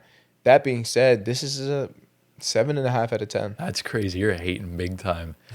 I don't know if I like this more than Indies. I also don't know if I like this less than Indies. I love it because the designs are always nostalgic. And I wish there was more purple. Yeah. I like the fact that there's none, though. Nah, I think you need the purple. I do like the fact that there's none. It's kind of a good little break. Okay, I guess. Yeah, I guess. I don't know. I guess. Like, make the dinosaur like green or something. Green is crazy. The white looks cool, though. I'll give this like an 8.2. 8.2. 8.2, 8.3. Yeah. I think I'm probably going to also give this a 9 out of 10. Oh, wow. Yeah, it's not bad. I'm going to give it a 9. Yeah. I think it's really slick, really clean. I just love the dinosaur. I want them to bring it back. They're doing it, so they're keeping me happy. Yeah. Are we ready for the final team? The Wizards. We are going to the Washington Wizards. So this is very similar to the John Wall era of the format, the stripes. We have like this gold base with everything else that's the Wizards. I like this. I do like it. Yeah, this is good. I'm going to give this an 8.6 out of 10. Really, that's pretty high. I don't love this one as much. I like the gold. I like that it's different. On the players, it looks pretty dope. I'm probably going to give this like a 7.5 out of 10. I wish they used the older Washington Wizards logo with this because these are the old colors. Yeah, Oh it yeah, is. with like the Yeah, lizard the laying new up. the new one just doesn't fit. If it was the old one, it's perfect. Right. But yeah, I mean it's good. I'll go like 7.7. It's not so bad. Yeah, Yeah. it's not bad. Yeah, not bad at all. So yeah, that concludes us rating all 2026, NBA City Edition jerseys for the East. Tune in next week for the Western Conference when we do the Western Conference jerseys, and let us know down in the comments what was your favorite jersey. And guys, we reached that point in the episode. Are we ready to tier list? Let's go, bro. Into the main segment. Ladies and gentlemen, they are back. Welcome to another Floor Spacer podcast tier list. You guys seem to love these. And, obviously you loved our Summer of Tier List series when we did, all 5 positions each week. And look, I'm not even going to lie to you guys. That was the most fun I've had doing episodes. It was just so much fun. It was the greatest month and a week ever. And, we're going to turn that into a yearly series every summer right before our power rankings as we're kind of easing our way in. We'll kind of get into the main gist of that when the time comes. And we have something very special planned for next year's Summer of Tier List. So stay tuned for it. I don't even think these guys know. But I have no idea. I'm going to tell them afterwards. And it's going to be really cool. But today, as obviously you can tell by the title and the thumbnail, we're going to be doing all 30 teams starting 5s. So these are virtually the same starting 5s that we did when we did our power rankings, basically when they're healthy. So, for example, when we do the Pacers, we're not including Tyrese Halliburton because he's not playing at all. We're not including Tatum in the Celtics. We're not including, Damian Lillard. It's just currently constructed for healthy players. So, like, Garland will be included for the Cavs because he will come back. We're going to include Kyrie Irving. Or we probably won't include Kyrie because he's going to miss most of the season. Yeah, players that miss most of the season, you Yeah. probably won't include. But Kyrie will be back later on, Yeah. but we'll still not include it for now. We're just going to go based on what we, see Right. as fit. Right. And we'll kind of just transition from there. And, essentially we're going to base them? I mean, what kind of criteria are we thinking? Are we doing this based off of how good the lineup is, how Yeah. good they are going to be for like championship level? We talking like, Just Well, overall. I think overall, the Like players regular who are in season. there, yeah. I think that's fair. I think we'll yeah. have various loads of criteria that Yeah. Yeah. we'll talk about. And obviously, we want to know what you guys think. Let us know down in the comments. What is the best starting five in the NBA? Yeah. And what is the worst starting five in the NBA? I think that's kind of a good little icebreaker for y'all. And Yeah, I know- think we have to really, key in on how these players play together. Yeah. What we've seen so far in the season and what our projections are, throughout the rest of the season. So Yeah. Exactly. Yeah, I do think that's like the most important thing. I think it's the most important thing of it. And, we'll see how well these starting lineups can do. We'll see. We might make some projections. We might make some, some controversial takes. And like I said, there's 3 of us here. We're going to average out where we think they go. Yeah. And that's kind of going to be the gist of that. So, boys, do we have any sort of questions, comments, concerns before we dive into the tier list? let's go. All right. Now, because when we record for a while, my OBS tends to freeze, so I'm just going to keep going back and forth for you guys. Obviously, for Yeah. the people watching, they're not going to notice any of it, but I just want to make sure my OBS doesn't Yeah. freeze. Yeah. But on the screen right now, you can see the tier list again. Shout out to our friends over at HoopGoat. We are back using their platform for the tier list. And basically, how we're going to go, we have the NBA teams in a random order, and we're kind of going to just scan through these. I'm just going to move my water to the other side because I can't really see. And we'll kind of just go from there. So, lads, we are going to start things off with the Orlando Magic, starting off in the East. And when fully healthy, the starting lineup looks something like this. We have Jalen Suggs at the point, Desmond Bane at the 2, Franz Wagner at the 3, Paolo Banchero at the 4, and Wendell Carter Jr. at the 5. Yeah. What do we think? Well, off the dome, this is a B starting lineup for me. Shout out Wendell Carter. He's bait up with Angel Reese now. Is he Confirmed. actually? Yeah. Him and Wendell Angel Reese are Carter? doing- Yeah. Wow. That's crazy. You didn't see they bro. announced it. He announced it today on, I think, Run It Back. With, Is that why he's missing so many layups? Okay, wow. Well, he was already missing something like this before the Angel Reese. Perfect match, bro. Yeah, Yeah. they're that's a weird player combo. Yeah. Wendell Carter. Yeah. But yeah, shout out him. But all 5 of these guys are we have 2 really good star players. Bane's a good role guy. Suggs and Wendell kind of same thing. I think Bane's more than a role guy. I think A little bit more. Yeah. He's like in that Norman Powell range, like Yeah, a fringe exactly. all-star. Yeah. Yeah. But I'm tossing this 5 into B. Really? I think this starting 5 is A caliber, but they're not playing up to that potential Yeah. right now. Right. But I still think it's an A caliber, starting 5. What do you think, Tyler? I think I agree with you in the sense of, I mean, you have Paulo and Franz arguably are both at worst top 30 players. Yeah. Desmond Bane's just off the cusp of that. Jalen Suggs is a good 3-and-D point guard. And I think Wendell Carter Jr. is a fine enough center to Yeah. get you through. We can move them down to B eventually, but I Right. do think we start them off in A tier. I think there'll be a lower tier A tier, or lower tier Agreed. A tier. Yes. So that's obviously where it will average out to. Let's move the Magic into A. Yeah, I'm fine with that. Moving into team number 2, we are going to the most fragile starting 5 in NBA history, the New Orleans Pelicans. Now, when fully healthy, it kind of looks something like this.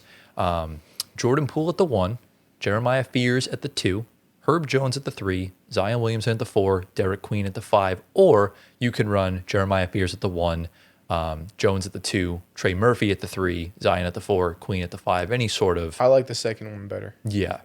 So in any sort of amalgamation of whether it's, Queen and Zion, Fears and Poole, you could even throw Yves Missi into that starting 5. Yeah. Where do you think, Gio, the starting 5 kind of goes? It's such a Man. talented lot of players. It is a talented group of players, But they're not good. They don't play great together. Therefore, this is a C. This is a C for me. Yeah, you got it. It's a mid. I was thinking D tier. You think so? Almost. I don't think it's D Yeah. tier. No, no, I think these no, guys no. have talent. No. I mean, they do. They're just Each of never them on the floor. individually have some pretty good talent. Like they That's just fair. can't stay on the floor. That's why Yeah. their record isn't great. So this Yeah. to me is C. I wouldn't throw them D. Okay, that's fair. Yeah, no. But we can always change it like when we get Yeah. all the other. Right, exactly. Yeah, I have no issue with moving them if we have Yeah. to, but I do think the starting 5 leaves a lot to be desired. So we're going to put the Pelicans up into C tier. And guys, this is a pretty big moment. We're going to Giovanni's favorite team of all time, his tried and trusted Golden Don't State believe the hype. Warriors. here's what the starting lineup looks like. Steph Curry at the 1. Right now they're playing Pods at the 2, if I'm not mistaken. They're playing like Will Richard at the 2. Richard, yeah. One of the 2 of Pods, Will Richard. Jimmy Butler at the 3, Draymond at the 4, Post at the 5. Or sometimes you could play Horford at the 5. Sometimes you could play Draymond at the 5. And actually, I was basing it off the power rankings. They have Kuminga now. I forgot. Yeah. So let's just say for easy math, it's Curry, Pods, Butler, Kuminga, Draymond. Yeah, fair. Yeah, that's the starting 5. Is it? Yeah, it is. Draymond's running Yeah. center? Horford's off the bench. All right. Yeah, Horford's too old. He can't really do it. It's an A starting lineup. Nah. Oh, here we go. This is a B. I do think it's an A tier. It's You an think A it's tier. A? Yeah, I mean, All right, so it's 2 A's against 1 B. That's fine. because if you think about it this way, it's just like they're very similar to Orlando in the sense of you have star players in your lineup, and I think their star players are just better than Orlando's. I think Steph's better I than agree. Steph's better than Paulo. I think Jimmy is kind of around the tier of Franz, and I don't think so. I do. I don't think Jimmy's that good anymore. I think he is. We have 3 Hall of Famers in the starting 5. Well, the Hall of Famers, but so is Russell Westbrook. So is We're not you know what I'm talking saying? about that. Right, we understand that, but I just trust the Warriors' experience more than Orlando. Because if you think about it this way, while Paulo and Franz are both good, they do not make each other better. They're just good together. So Yeah. I think I would put the Warriors over the Magic. All right, it's fine. Yeah. And we are ordering each Exactly. tier, by the way, for those of you that are newcomers around here. Just throw Thunder into S tier. Yeah, I do think the Thunder go into S tier. SGA. Yeah. Who are they starting at the 2 right now? It's like Kason. Or Kason AJ. Wallace, Lou Dort at the 3 until J-Dub comes back, but even still it'll be J-Dub, Chet, Hartenstein. Yeah, just Thunder are probably the best starting 5 in the NBA. Insane. I don't think we are going to find a team better than them. So shout out to the OKC Thunder. Into the next team we go, the Atlanta Hawks. This is an interesting one. Trey Young at the point guard, Dyson Daniels at the 2 guard, Zachary Rees-Sachet at the 3, Jalen Johnson at the 4, and Gio's guy Onyeka Okongwu at the 5. Yeah, you got Dude. it. Well, no KP? No, he's coming off the bench right now. Okay. So how do we feel? This to me It's an A. is an A tier. I think I agree. This is an A But tier. the lineup without Trey right now is S tier. That's true. They're playing like an S tier They're team. playing like an S tier team, but based on the way they played in the 3rd and 4th against the Pistons, that's where Trey Young is needed. I would take On this paper? I would take it over Orlando. Me too. I would take it over the Warriors even. No. I would. No. If Trey Young is playing and they're playing good together as a team, I'm taking them over the Warriors. It's Trey kind of like Curry, and then the shooting guard Dyson Daniels is clamping Will Richards. Are you kidding me? and then we got the small forward Jimmy Butler versus Zach. Rees-Sachet, and then Jalen Johnson versus Draymond. Like, come on. We did the big men. Yeah, so They have the big men. I think Exactly. they have length in the lineup. I like Atlanta's chances in the East a lot more than Golden State's chances in the West. I've also picked the Hawks to make the finals, so I do clearly think they're better than the Warriors. yeah, I'm okay with that. So I'm putting Atlanta up in the top of A tier. Yeah. And that's where it'll average out to. So you happy now, Gio? You get to hate on your Warriors a little bit. That's how it goes. Yeah. Into the next team we go. This is going to be an interesting one. I'm curious to see where we place them. We have the New York Knicks. So correct me if I'm wrong, Antoine, but if I'm not mistaken, the current starting 5 is Jalen Brunson at the 1. You're playing Mikal Bridges at the 2. Is Josh Hart still at the 3? OG. Who's at the, OG's at the 3. One healthy. And then you're playing Cat. Cat at the 4 and Mitchell Robinson at the 5. Okay, I wasn't sure if you were starting Robinson or not. It's not bad. It's just A tier. It is A Yeah. I tier. think this is A tier. When healthy, they are better in Atlanta.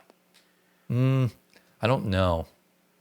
It's I think tough. that's a unanimous allowing for everybody. No, because listen, Onyeka Okongwu was better than Mitch.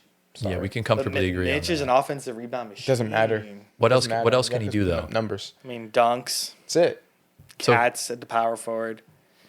Cat's better than. I mean, it's kind Yeah, of close. well, to be Johnson's honest. there. Yeah, Johnson is there. Johnson's playing defense. and OG's offense. better than Zach. I think the Knicks have more vulnerability defensively than Atlanta. Yeah, Okay, of course. It's tough. It's Yeah. right now they're pretty even. I'm fine putting them 2. it's fine. You can put him at wherever. Yeah, I do think right. I mean, I'm not biased, but I did pick the Hawks to make the final, so I do think they're better than the Knicks. Yeah. But right now, in this sense, it's just like the Hawks like when Trey Young is on the floor, he's the only one that can't defend. I mean, Dyson Daniels DPOY level, Rees-Sachet and Jalen Johnson are long wings, and Onyeka Okongwu was a good center. Right now, the Knicks don't look very well. The Hawks look very well. Yeah. Yeah. So I think we give them benefit of the doubt. Recency bias galore. We're going to put the Knicks above the Warriors. I Yeah, do for think they're now. better. Yeah. All right, into more of a surprising team. We got the Phoenix Buns, who have unironically started off the season fantastic.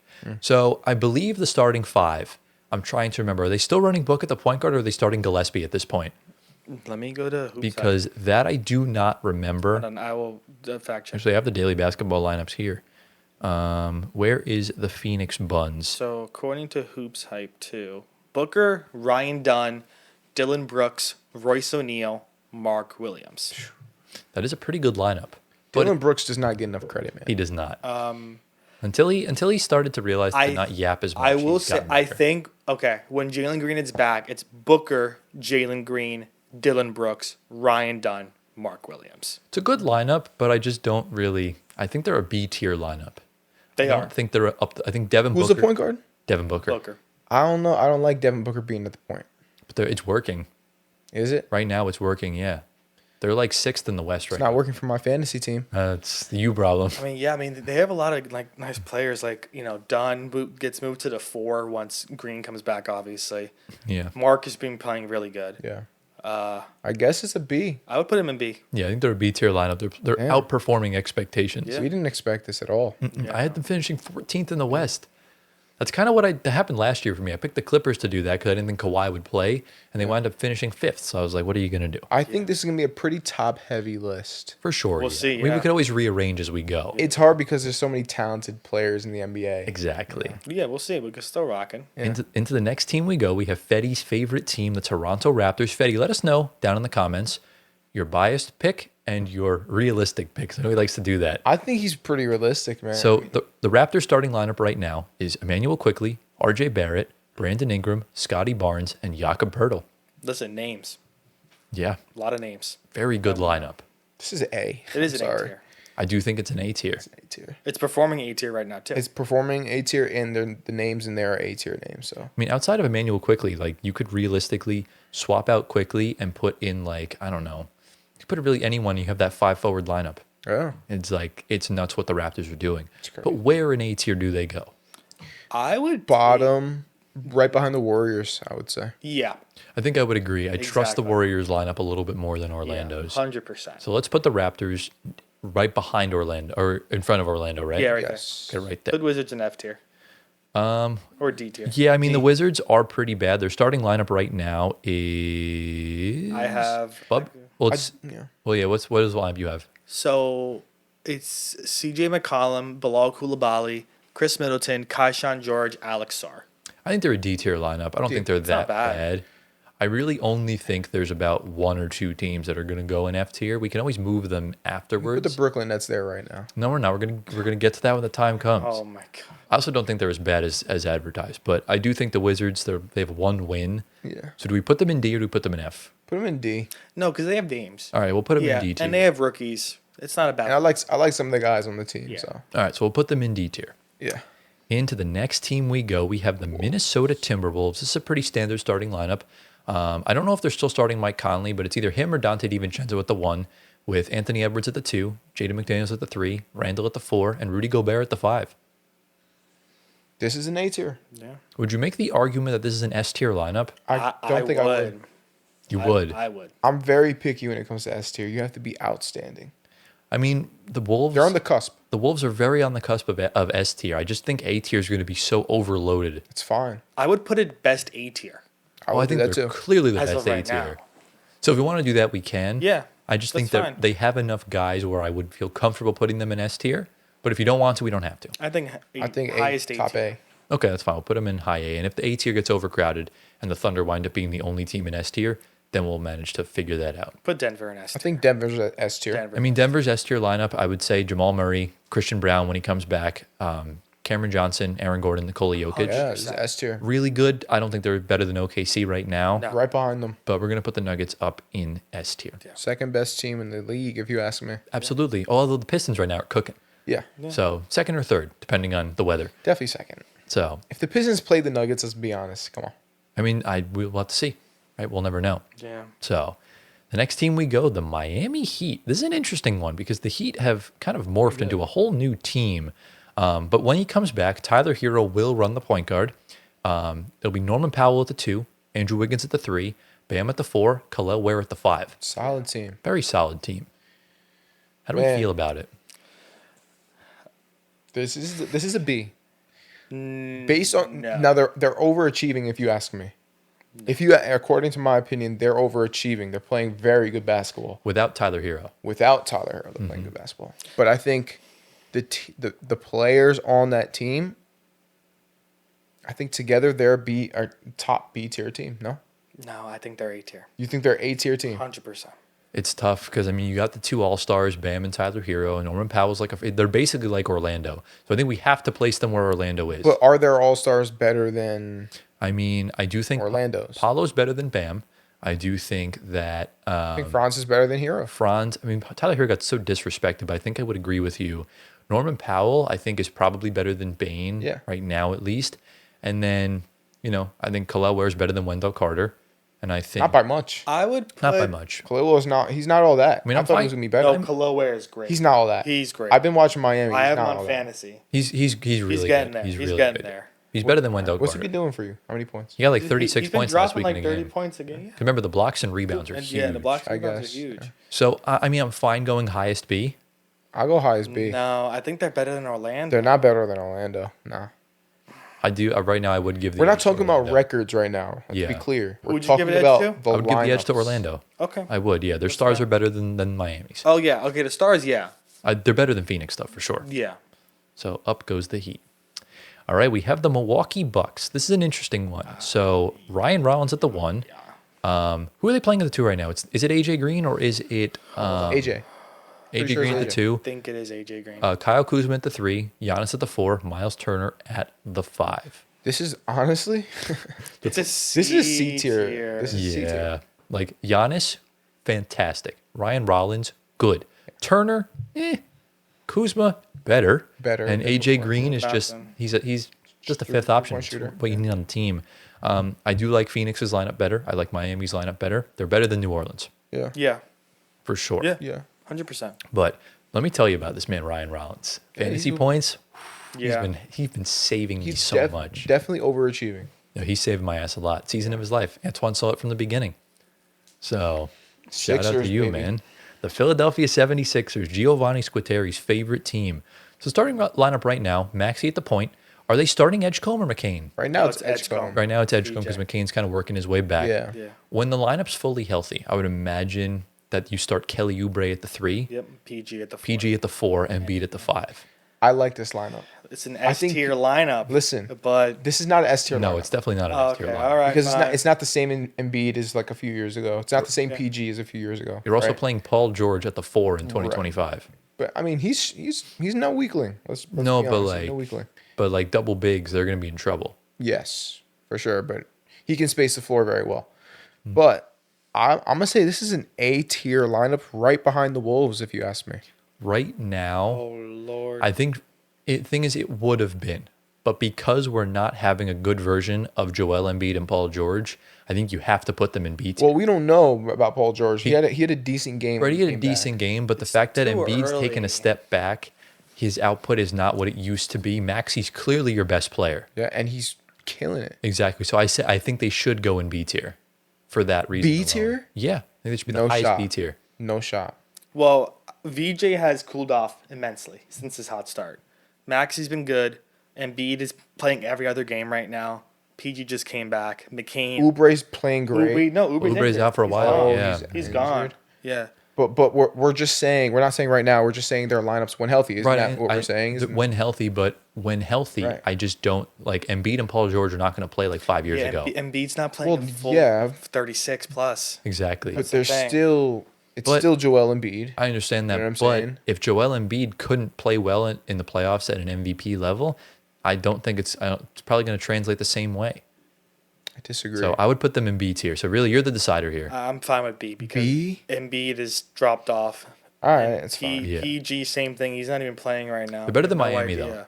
though. Yeah, that's fine. So we'll put them above Miami. I just haven't liked what I've seen after the honeymoon period with this Sixers team. So shout out them.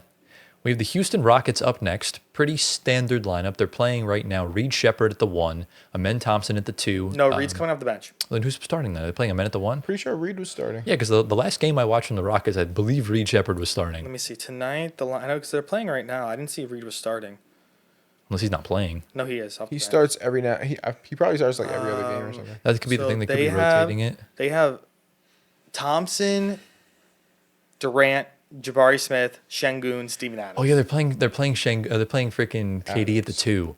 Yeah, So it depends on who they're playing. They're playing the Cavs, so they want to play big. They have to play big. So it's because the Cavs Şengün have and Mobley Adams in the Allen. game. So it really depends. Regardless, this is still, I would say, either highest is A S or tier. lowest S. I think this is S. Lowest S. Based on Lowest S. those 100%. names, this is S tier. Oh, exactly. Like the Rockets are playing really well right now without a point guard. Yeah. So I think we'll put them in the lowest S. I think that's a pretty safe sort of standard. The Brooklyn Nets. This F. is not a very good one. Right now, I'm trying to remember F the last time we played. It was Yegor Joman at the 1, Terrence Mann at the 2. MPJ. Oh no, Cam Thomas will play at the 2. Yeah. Then it would be Terrence Mann at the 3, MPJ at the 4, Nick Claxton at the 5, who's having a career year, which is actually shocking me. I would also put them in D tier. This is Well, F I would tier. think it's Demon, Thomas, MPJ, Clowney, Claxton. You could do that as well. Yeah. And I do think they're still better than Washington. We just beat them the other night. Ooh. So Okay. Yeah, I got Yeah, lucky. because the thing with Washington is that Bilal is kind of injury prone right now. We're not seeing a lot of him. CJ and Middleton on the bad end of their career. Sar's doing great, but that's really much it. we beat them without Cam Thomas. Yeah. So- I mean, yeah, MPJ, Clowney, Clax look good. What about Trey Johnson? Cam Thomas. Trey Johnson He is hasn't been playing playing as decent. much. He's been okay. Yeah, he's been playing as much. But with Michael Porter Jr. in the last like 3 games, he's averaging over 5 assists. Yeah, I would put them ahead of Washington. He had back-to-back 7-assist games. It was That's actually gotta be, like, insane. Is the world ending tomorrow? Like Nah, bro, he's MPJ just passing the ball. yeah. All Remember, right. he didn't have that. All right, wasn't put his him in role. D tier. Yeah, that wasn't his role on Denver. But he's gonna. The Nets are gonna go there. The Detroit Pistons. This is a fun one. So when healthy, Yeah. Cade Cunningham, Jaden Ivey, Asar Thompson. You could play around with the 4 and the 5. I think the safest bet would probably be to go Tobias Harris and Jalen Duren. But Isaiah Stewart's been playing better than Tobias this year, so I'd be more comfortable going Isaiah Stewart and Jalen Duren for the double bigs. How do we feel? This is top A. I think right behind Minnesota. Right behind Minnesota? Yeah. Oh. I think Minnesota's They better starting 5. They have such a better point guard, though, than Minnesota. Well, yeah, but then Minnesota has the much better Big shooting and, guard. And the shooting. Yeah. Yeah. Okay. Yeah, I'm fine with that. Are they better than Atlanta? Yes. 100%. I think Yeah, so. I would probably. It's what you're getting with the Pistons, so I would be fine. Like I said, these are the 2 teams that I've had stock in all season. So second top of A tier, Yeah. right below Minnesota. Yeah. Okay, you guys got it. How many teams got left? 1, 2, 3, 4, 5, 6, 7, 8, 9, 10, 11, 12. All right, we're basically more than halfway through. Yeah. We have the Los Angeles Clippers up next. These guys look dreadful, by the way. They look, don't- and Bad. they need to start winning so OKC doesn't win the lottery. Please. I'm like scared. Please. So, because if they finish with the worst record in the league, at worst, OKC gets a top 5 pick. Yeah. Can't happen. But when healthy, I would imagine the lineup would be James Harden at the 1. Yeah. Bradley Beal's out for the season, so we cannot include him anymore. So who would essentially play that 2 guard then? That's Ooh. really where it gets says tough. Chris Dunn. I'm fine with Chris Dunn playing the 2. Yeah. Your 3 when he comes back would be Kawhi. Your 4 would likely be Derek Jones when he comes back, and then Zubats at the 5. And Collins off the bench. Or you I can would play put Collins before, at the yeah, 4. but he hasn't been starting much. Yeah. Yeah. But you could put Collins in there. I'll put Collins. This is a very mediocre starting 5. I don't think so. It's tough Harden, because Harden and Kawhi, I feel like. Oh, I mean, yeah, but Kawhi's not playing. But that alone. yeah, but when he comes back, they're gonna look good. Like maybe and like that'd lowest B. no. No, I think this is they an should- A tier lineup. be, no, I would go highest B Really? Why? because Okay. I mean We're not going based off record though. We're No. going based off lineup. No, but I understand that. But it's clear that even when they're fully healthy, it's not working. Yeah. I don't know. I disagree. In the playoffs, they almost knocked off the Nuggets. Yeah, but That that's, was last- That's last year. that's We're talking last- about this same year. core players. No, John Collins is there. John Chris Paul Collins is is totally. there. John Collins is a totally different inclusion than. He, Than if last anything, year. he's an upgrade.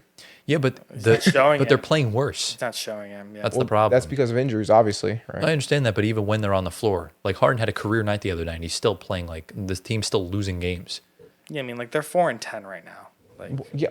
Once again, we're not going off of record. but still, yeah, but No, the I players, understand it's that. not. We're going off of starting 5. How good is the starting 5, right?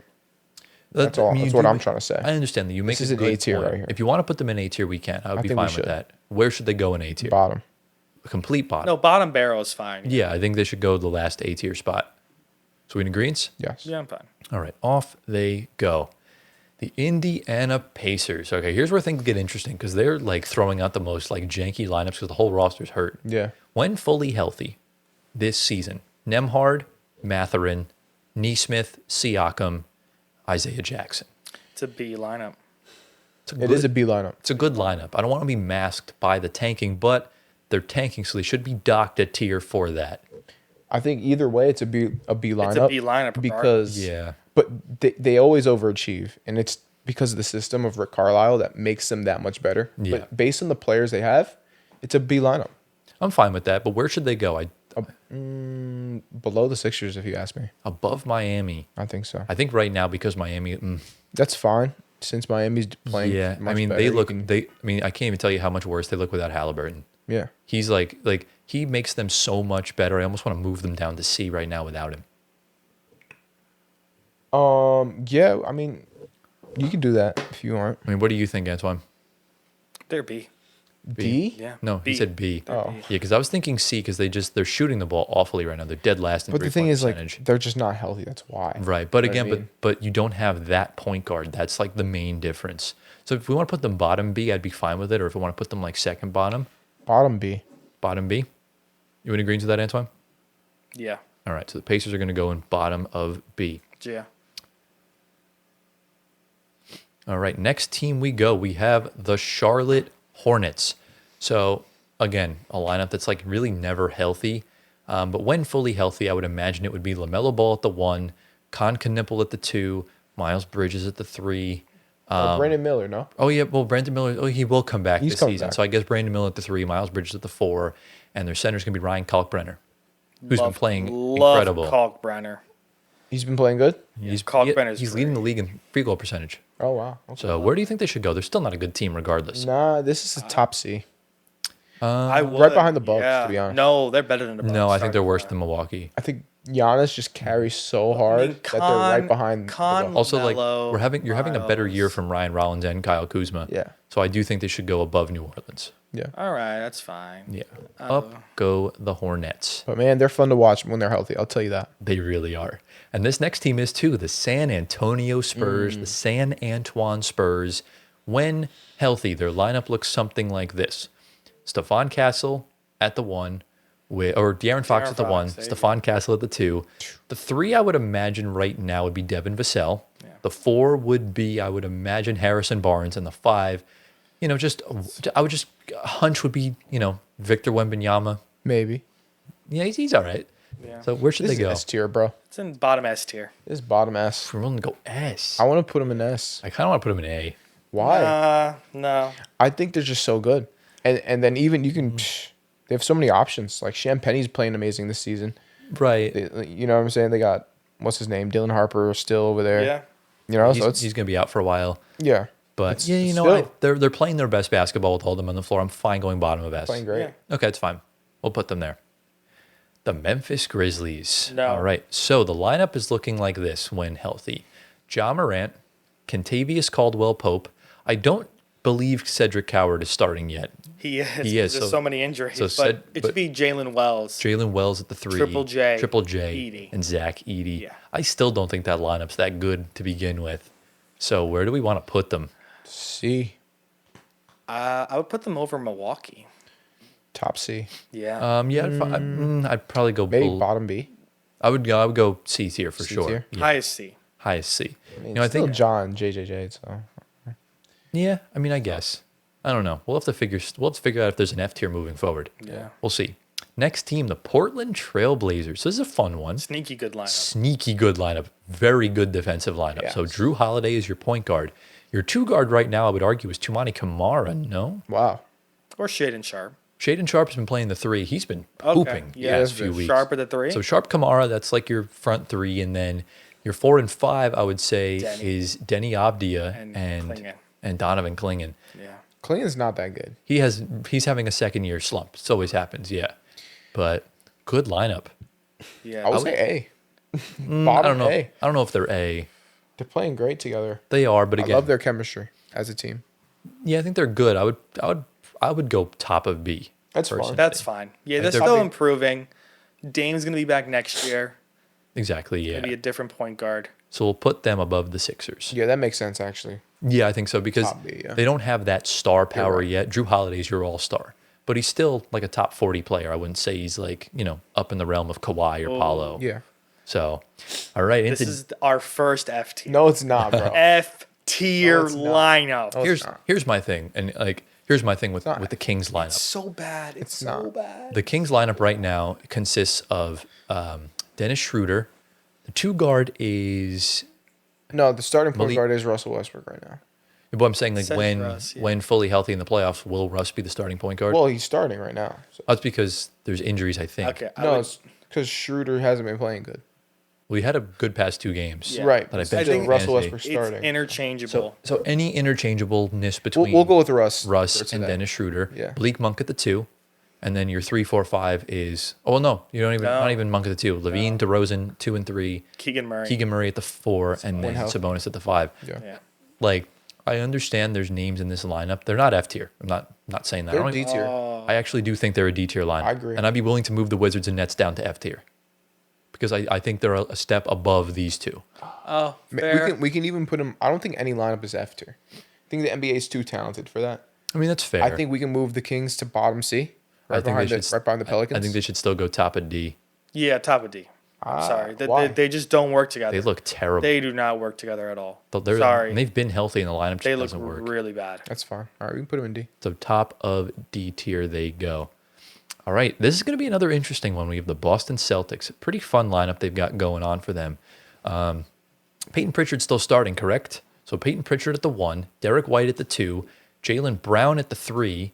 Your 4, if I'm not mistaken, is Chris Boucher, or is he off I the don't know. bench now? According to Hoops Hype, Jordan Walsh or Josh Minot. I mean, Jordan Walsh is 4th right now in the NBA in offensive rating. Or So let's Josh just say Minot. it's one of them, and then Nehemiah Queta at the 5. Yeah. Not a good lineup. I would put him near the Pacers because the injuries for Tatum. I mean, yeah, they're kind of along the same lines because like they both don't have their best player. They both have mid-ass centers. Yeah. But are they C tier? Yeah, I think they are. they are. Putting them C tier? I would. Above the Pacers. Well, Pacers are in B tier. Oh. I mean, I'd be willing to move the Oh, Pacers no. down They're, to C tier. no, they're B tier then. I don't think the Celtics are B tier though. Really? I mean, they have. I think the Pacers and Top C. the Pacers and Celtics with Halliburton and Tatum, I do believe are S tier starting 5s. of course. Without them, I think they're multiple tiers below, Yeah. which is why I kind of wanted to move the Pacers down That's fine. And they're both C tier. because they're basically Pacers the and same Celtics, team. yeah. And what do you think, Gio? Yeah, I agree. Yeah, that's fine. So who's better though between them? Well, right now it's Boston. I feel. Yeah. Boston. So let's move the Pacers down to C, and let's put the Celtics above them. Yeah. Perfect. We in agreement? Yeah. Yeah. All right, perfect. S tier for Cleveland. We have our final 5 teams. How are we doing on time? Let's see. good. Good. 35 minutes. We're working. So Cleveland, again, pretty much S tier. Darius Garland, Donovan Mitchell, Max Strus. Max Strus, or DeAndre Hunter with Evan Mobley, Jared Allen. That's arguably the best front court duo in the league, one of them. Where in S tier should they go? I would put him smack middle between Denver and Houston. I actually do think they're a more complete starting 5 than the Denver Nuggets. I don't. I think right now the way Cam Johnson's playing on the offensive side of the ball is not great. But Cleveland has not made it farther than Denver. Well, I understand Cleveland that, but is fraudulent. they've made it. Denver and Cleveland have both been out in the second round for the past 2 seasons, and Denver just had to make a change. So that's really the only. Who do you trust more, Denver or Cleveland? I trust Jokic more, but when it comes down to the help that Jokic and Donovan Mitchell has, I like Cleveland a little bit more. But again, I'm going to get outvoted anyway, so I can think they're I want to put better. them below Denver. That's fine. We can put them below Denver. I kind of have to agree. Yeah. I just think it's just their completion of the double bigs in the backcourt is just so elite. Like Mobley and Allen are so Yeah. good. Like it should work on paper, but it just doesn't because they're fraudulent. Well, no, they have. I mean, they haven't been outplayed in a playoff series. They've just been injured in playoff series. So you can't really We'll call have the to see this year. you can't really call the Cavs frauds at that point. I guess we'll After see. this right? Exactly, because in the same sense, then the New York Knicks are frauds because they do the same stuff. But Well, they went to the Eastern Conference Finals. Hey, stop talking about my but that's team. because Boston lost Tatum. Yeah. Celtics could have came back. You can We say never know. ifs, but we'll see when the time comes. Right, but all I'm saying is the last time the Cavs were fully healthy, they had actually tied the series at 1 in Game 2 against the Celtics in the second round the year they won it all, and then Donovan Mitchell got hurt. So give them a chance. You never know. That's all you got to do. But this is an interesting one. The L.A. Lakers, Lakers. when fully healthy, Luka Doncic, Austin Reeves, LeBron James, Rui Hachimura, DeAndre Ayton. Really good Playing lineup. really good. Really good lineup. I'll put him in top A. They're either top A or bottom S. Top A right now. What do you think, Antoine? Are the Lakers in S tier? No. Okay, good. I'm glad we're in agreement. They are A tier. I think above Minnesota. Yeah, they have the better point guard. I think that's really the main driver of the offense. AR's playing good. Ayton looks great. AR's playing great. LeBron looks fine. Yeah. Yeah. I'm okay with that. Lakers in the top of A tier. All right, our third to last team, Gio's favorite team, the Chicago Bulls. This is a fun one. We have Josh Giddey at the point guard. The two right now, I would say, is probably Kobe White when fully healthy, when he's coming back. Yeah. Okay. The three, I would say, is right now it's likely Isaac Okoro. It is a coral. Yeah. The four is Buzelis. Buzelis, and the five is Nikola Vucevic. Very good lineup. It's a B. Good B tier lineup, yeah. Yeah. Top I think B. the top B tier. I would go B. top. I do think they're better offensively than Portland. Yeah. Defensively, Portland's better, but I do think Chicago has enough guys to hold their own. Yeah. So up they go. All right. The penultimate team, the Utah Jazz. In my honest opinion, this might be a hot take. They're the most pleasant surprise this season. They look good. They look very good. So point guard, you're looking at Keontae George. 2 is Ace Bailey. Yep. The 3 is Lauri Markkanen, where he's playing the 4. Svi Mihailuk. Svi Mihailuk. The 4 is Lauri Markkanen. And right now the 5 is not Walker Kessler anymore. It's Yusef Nurkic. Well, Walker's He's playing injured. decent. Yeah, but he's out for the season. Yeah. So it can't be him. So Yusef Nurkic. Yeah, Nurkic. So just to repeat, we have Keontae George, Ace Bailey, Svi Mihailuk, Lauri Markkanen, and Yusef Nurkic. I mean, Honestly, it though, has these to guys go- are playing great. It has to go in C. I don't think so. I think they're in B tier. Or think low it's is B. B tier. They're B tier for I sure. think it's higher than low. I I mean, think Markkanen had back-to-back 40 pieces. Keontae George had back-to-back over Yeah. 30. Ace looks better. Yeah, Ace looks better. Like the Nurkic looks playable. yeah. Yeah. And you could even put Collier in that starting lineup and You it can. functions well. I would probably above Phoenix. Maybe below Phoenix. Right below Phoenix, I think. I was going to go above, but we can put him below. Yeah. All right. I'll go below because yeah, Sorry if you guys can't see the Jazz logo. Why is it black? it blends. That was in. their old logo It's before they navy, yeah, rebranded. Yeah. Now it's purple or white. But and the last team, I honestly think. Let me explain first. So we have the Dallas Mavericks first, starting lineup right now. D'Angelo Russell is off the bench, kind of. So I guess it's like Cooper Flag. It says Brandon Williams. And Brandon Williams, and we could say Kyrie Irving, but a point guard with the 2 being who's playing the 2 right Max. now? Is it Max Christie? It says Max Christie. Max Christie, Cooper Flag at the 3, or PJ at the 3, and then PJ at the 4, PJ at the 4, and then AD at the 5. AD at the 5, or Gavin any sort of Lively. amalgamation. Look, this team has talent, but just because the roster construction from Nico Harrison was so bad, and because you traded Luka Doncic, I think we should just put them in F tier. Damn. I think they should be the F tier. I don't think so. I like the way this It- team no, is. it's Like, a- when fully healthy, I like these guys' chances. It's just a. I do. It's a major mess. They have no Honestly. playmaker. They have no elite playmaker in that team. They need Luka. Well, we don't know until Kyrie gets back on the floor. We don't know. Right, I understand that, but you look at this lineup right now without him, it doesn't like Kyrie's not It's a good bad. Kyrie's not even an elite playmaker. He's also a play finisher. Right. So But he can play make. he can, but it's not It's not who he is. it's not who he is. It's not Right. going to work. And we saw last year when he took on the increased role, he blew out his knee. I am He doesn't- okay with putting them where New Orleans and Charlotte are. I agree. Honestly. Put him in C. I think these guys, the name, like Yeah. PJ's playing great even though the team's losing. Max Christie's playing great even though the team's losing. D'Lo's really trash, to be honest. Really I think Cooper Flag, we got to give him some Gotta time. get better. He's playing better. He's playing better. He's now third in the rookie And of the then year ladder. AD, even though he's always injured, when bro's on the court, he's a problem. This is a good team on paper. Najee, but Najee's off Yeah, the but he's bench. off the bench, yeah. Yeah. So if you want to put them in C tier, we can. I was just going to be for the culture, put them in F. I think I think if Nico was still employed, it would have been more of an argument. But if you want to put them in C or D, we can, honestly D wouldn't. you can put them in C. That's fine. But I think they're even better than that. Honestly, I think they're. Call me crazy, but I think they're an A team, A tier team constructed on paper. I just don't think that Well, at all. on paper, of course, but on the court, it's a different story. Again, that's Well, that's, right now, that's yeah, the because of injury. but that's the contrarian answer. Well, it's the worst. I mean, their best 2 players are out. What do you want Right, them to but do? I understand That's why that. they're but, losing games. But even when they come back, I don't think they're going to be good. I think the complete opposite. I just don't think they're believe gonna so. be Great. So if you want to put them in A, I'll put them in F. Basically, just averages out to C then. All right, let's do that. So where in C? They're definitely not better than Boston, Indiana, Memphis, or Milwaukee, Put 'em- or even Charlotte. Put them below Charlotte. Put them below Charlotte. So above New Orleans. Yeah. Okay, so we'll put them there. So this is the tier list as currently constructed. Do we want to make any sort of changes? How do we feel? I think we move the Wizards to F. I don't think. Yeah, I think the Wizards go to F. With Alex Sarr, Yeah. I mean, we can. we can. I also think we move the Clippers down to B. Yep, I'm I agrees. knew that. So let's move the Clippers to the top of B. Yes. Yeah. All right, the Clippers to the top. Do you want to move the Wizards down to F? I think so. Yeah. I mean, it's up to you guys. It's up. I don't care. I mean, let me see. Like you actually. said, no lineup is F tier.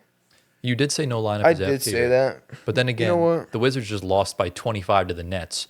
So it's really bad. like it's pretty bad. You could. They're getting blown out by Minnesota right now. I'm trying to see who their only win was against because they if it even was against trying? like they're trying to tank. Their only win was against the Dallas Mavericks. Really? Yeah. That's funny.